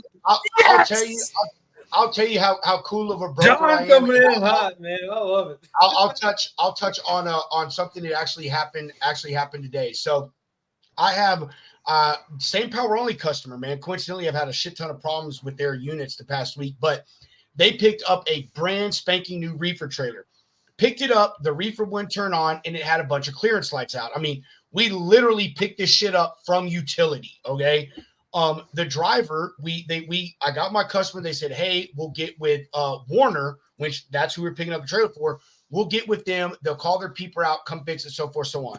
Long story short, the driver lost a day and a half waiting on the Thermo King people to get out there and the utility company, trailer people to get out there to fix this. And they were worried. They said, hey, we're going to be late to drop the trailer off. What are we going to do? Like, please don't punish us. And the guy actually even said, please don't make a carrier 411 report against us if we're late. I went to my customer and said, hey, you know what's going on. This guy still needs to make his money with this trailer. We gave it to him for 7 days. He's already down. I said 2 days. I was like, we need to extend this reservation to allow this guy the time to make his money and get this trailer to where it needs to go. My customer, 1,000%, I agree, Rob. We're going to do it. We'll actually extend it by 3 days because the carrier had to deal with it. And we will give you an additional $200 to pay to that carrier. Me as a broker, I didn't have to tell that carrier any of that shit as far as the extra money, but I did. I said, hey, look, man, this is a situation. My customer understands. They're going to give me an additional $200 to give to you. I screenshotted the email, emailed it to them. Carrier's like, man, you are the best broker I have ever worked with. If you give me 5 minutes, I'll go find the message and pull it up. But that's me, John. Like, I look at stuff from both points of view because I've been there, man. I operate a truck. I've been a driver. I understand things happen, man. And you can't punish a carrier for every stupid little fucking mistake because sometimes carriers just don't know. Sometimes things happen that nobody can control, and that's just the way the dominoes fall. And you've got to do the best you can for everybody involved and try not to punish people for things that are outside of their control. That's the trucking industry as a whole. And I'm glad you recognize that because you drove. I almost wish it was a requirement to be a broker to have at least been behind the wheel. Maybe not of a semi, maybe a box truck, maybe a non-CDL is fine because even a non-CDL driver still has to go through all of the proper procedures, the ELDs, the med cards, everything that a professional, as in CDL driver would do. Because let's face it, the non-CDL drivers, they're professionals too. They have to follow the same rules, the same regulations. It's just they're running a vehicle that's less than 26,000 pound gross vehicle weight. That's the only difference. I'm sorry. You know, box truck I wish all brokers did that. Fucking worst drivers on the road, but I do, man. I feel like I am the most honest broker out there, and I'll tell you, you probably are one of the hardest. Well, I'm dude. Hey, I'm serious. I've got tons of people in my Facebook group. Gizmo, you've never done business with me. Nora's done business with me. Sam's done business with me. Roger and I have talked about doing business together. Laurent Batiste, he's an owner operator I've done business with. I am. But I'll tell you, I'm also one of the hardest brokers to deal with because I was a driver for 10 and a half years. I'm a million miler. Gizmo, you know how big of an accomplishment that is. John, I think you know how big of an accomplishment that is. And the reason I say that is because I don't play no games. I don't want to hear about your bullshit fucking excuses about some rain or you having to stop and get fuel or your hours of service. Like, I get all that, but if you had your stuff together, some of those things wouldn't happen. I expect that when I hire you. Free trip planning, right, Rob? Free trip planning. Exactly. You will do what you tell me you're going to do. And if anything strays from that, I need you to tell me. My favorite thing is drivers who can't make a 500-mile load and tell me, oh, man, I can't drive that far. Bro, I used to drive 770 miles a day in a 64-mile-an-hour truck, and you do 75 miles an hour, and you can't drive 500 miles in an 11-hour period. Bro, you need to park that truck right now. I'm telling you, I swear to God, you need to get out of this business. So, yeah, there's that. Nothing annoys me more than one of my dispatch clients limiting themselves to 500 miles a day. That drives me insane. So many of them do it, man. I don't understand, bro. I really don't. But point is, I try to be the most on it. I am transparent. I could pull carriers on here on a later show that'll tell you. Rob tells me and sends me the freight tender that he gets.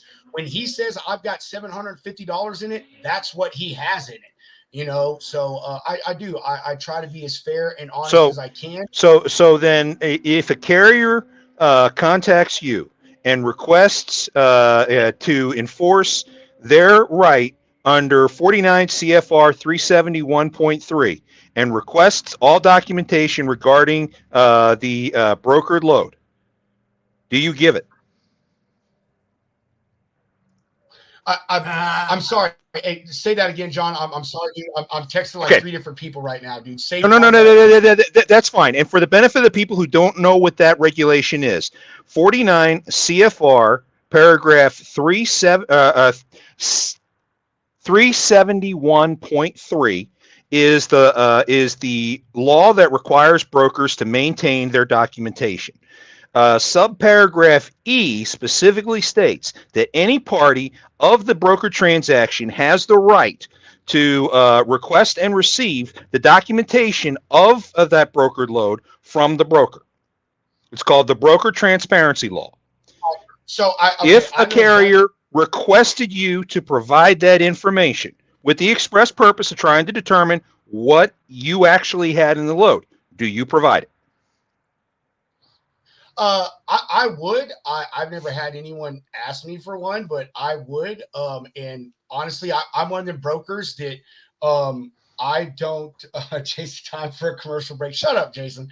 I'm one of the brokers Thanks, that personally, I don't give a shit if you know what I make. Because here's how I do business as a broker. I pay you as the carrier what you ask, as long as I have that much in the load. So if you ask me for $2,500, but I've got 3,500 in it, then whether I made $1,000 or not is not your fucking business. You're the one that asked me for $2,500. I'm not going to give you free money. So to answer your question, yes, I would, John. And I will say, if you're one of those carriers that's like, oh, well, you made $400 off of it, I won't do business with you again. Well, okay, screw you. I don't want to do business with you. Fine, done that. I gave you what you asked. You know the best trick. The reason why I ask this, the reason why I ask this, hopefully before we can go to the break, is because that's one of the big things that the association is working on right now. Broker transparency is one of the big things that we've been advertising to Stinky Pete's office.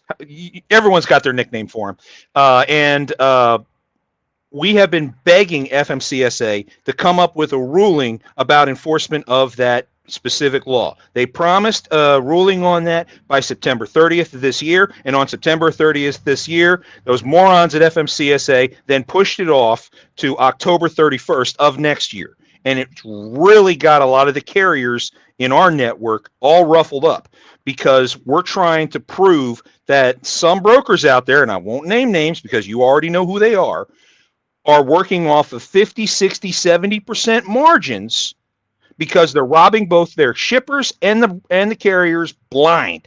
And by doing so, they're artificially cutting rates down for carriers and artificially inflating rates for shippers beyond what supply and demand would dictate. I'll park it right there. Anybody that's getting 50% margins, contact me. I will work for you. Please tell me your all day long. All right, hey. So, guys, I hate to cut it short for myself, but as I've said many times, my wife is one of the unfortunate human beings in this labor force in America that has to work weekends. So she has to go to bed because she has to get up early and go to work. So I've got to get off here. However, John, we're definitely going to have you back on. Gizmo, we're not too sure about you. Every time we bring you on, we question that. I like his hat though, dude. Cool hat. I do. Cool hat. I love his hat too. I love his hat. Terry, you know we love you. But John, I know you fucking don't. I do, bro. I love everybody. I love less than an hour, and you're telling me that you aren't going to have me back on. You know what? I don't want to come back on. Terry, I've vouched for you every time. I've said that every show. I've vouched for you every time. Rob says no He's way so we're gonna full have of that guy shit. on. I'm like, dude, we have to. You're a regular, bro. You're a regular. I mean, everybody's pissed off that people like me exist. I mean, you got carriers running around Rob for is $2 a mile, and I'm still trying to get $4 because I mean, I'm not cheap. My clients aren't cheap. I could show you my spreadsheet where my guys are still getting $3, $4, sometimes even $5 and $6 a mile. The reason they're getting those rates is I don't accept I get up at 6 o'clock in the morning, Central Time. I'm in my office till 9, 10 o'clock at night usually. The only time I'm never on this show is when I'm locked up in Facebook jail for pissing off I'm going to be nice. I'm not going to tell you who they were because I like coming on here. But seriously, I mean, as I've said time and time again, there's people that don't need to be in this industry as far as dispatching. You know, John, that I'm right. There's Absolutely. People. And touching on what I wasn't able to talk about at the first part of the show, Sam May, he's got a good program. Dre, you're in the group as well, aren't you? Yeah, man. Okay. I'm one of the administrators, or what? I'm a moderator.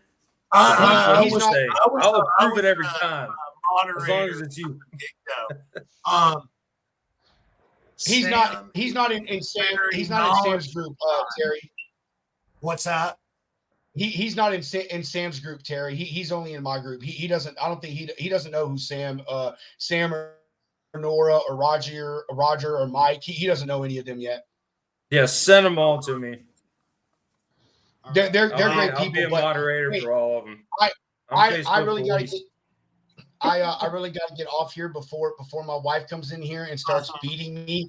I am a victim of spousal abuse. I just want to say, John. Actually, I want to say this to John. John, you are living every man's dream right now, and that is a weekend by yourself. And per our DM, John, I hope you load that dishwasher however the fuck you want to. If you're a married man, you know what I'm talking about. Hey, for real.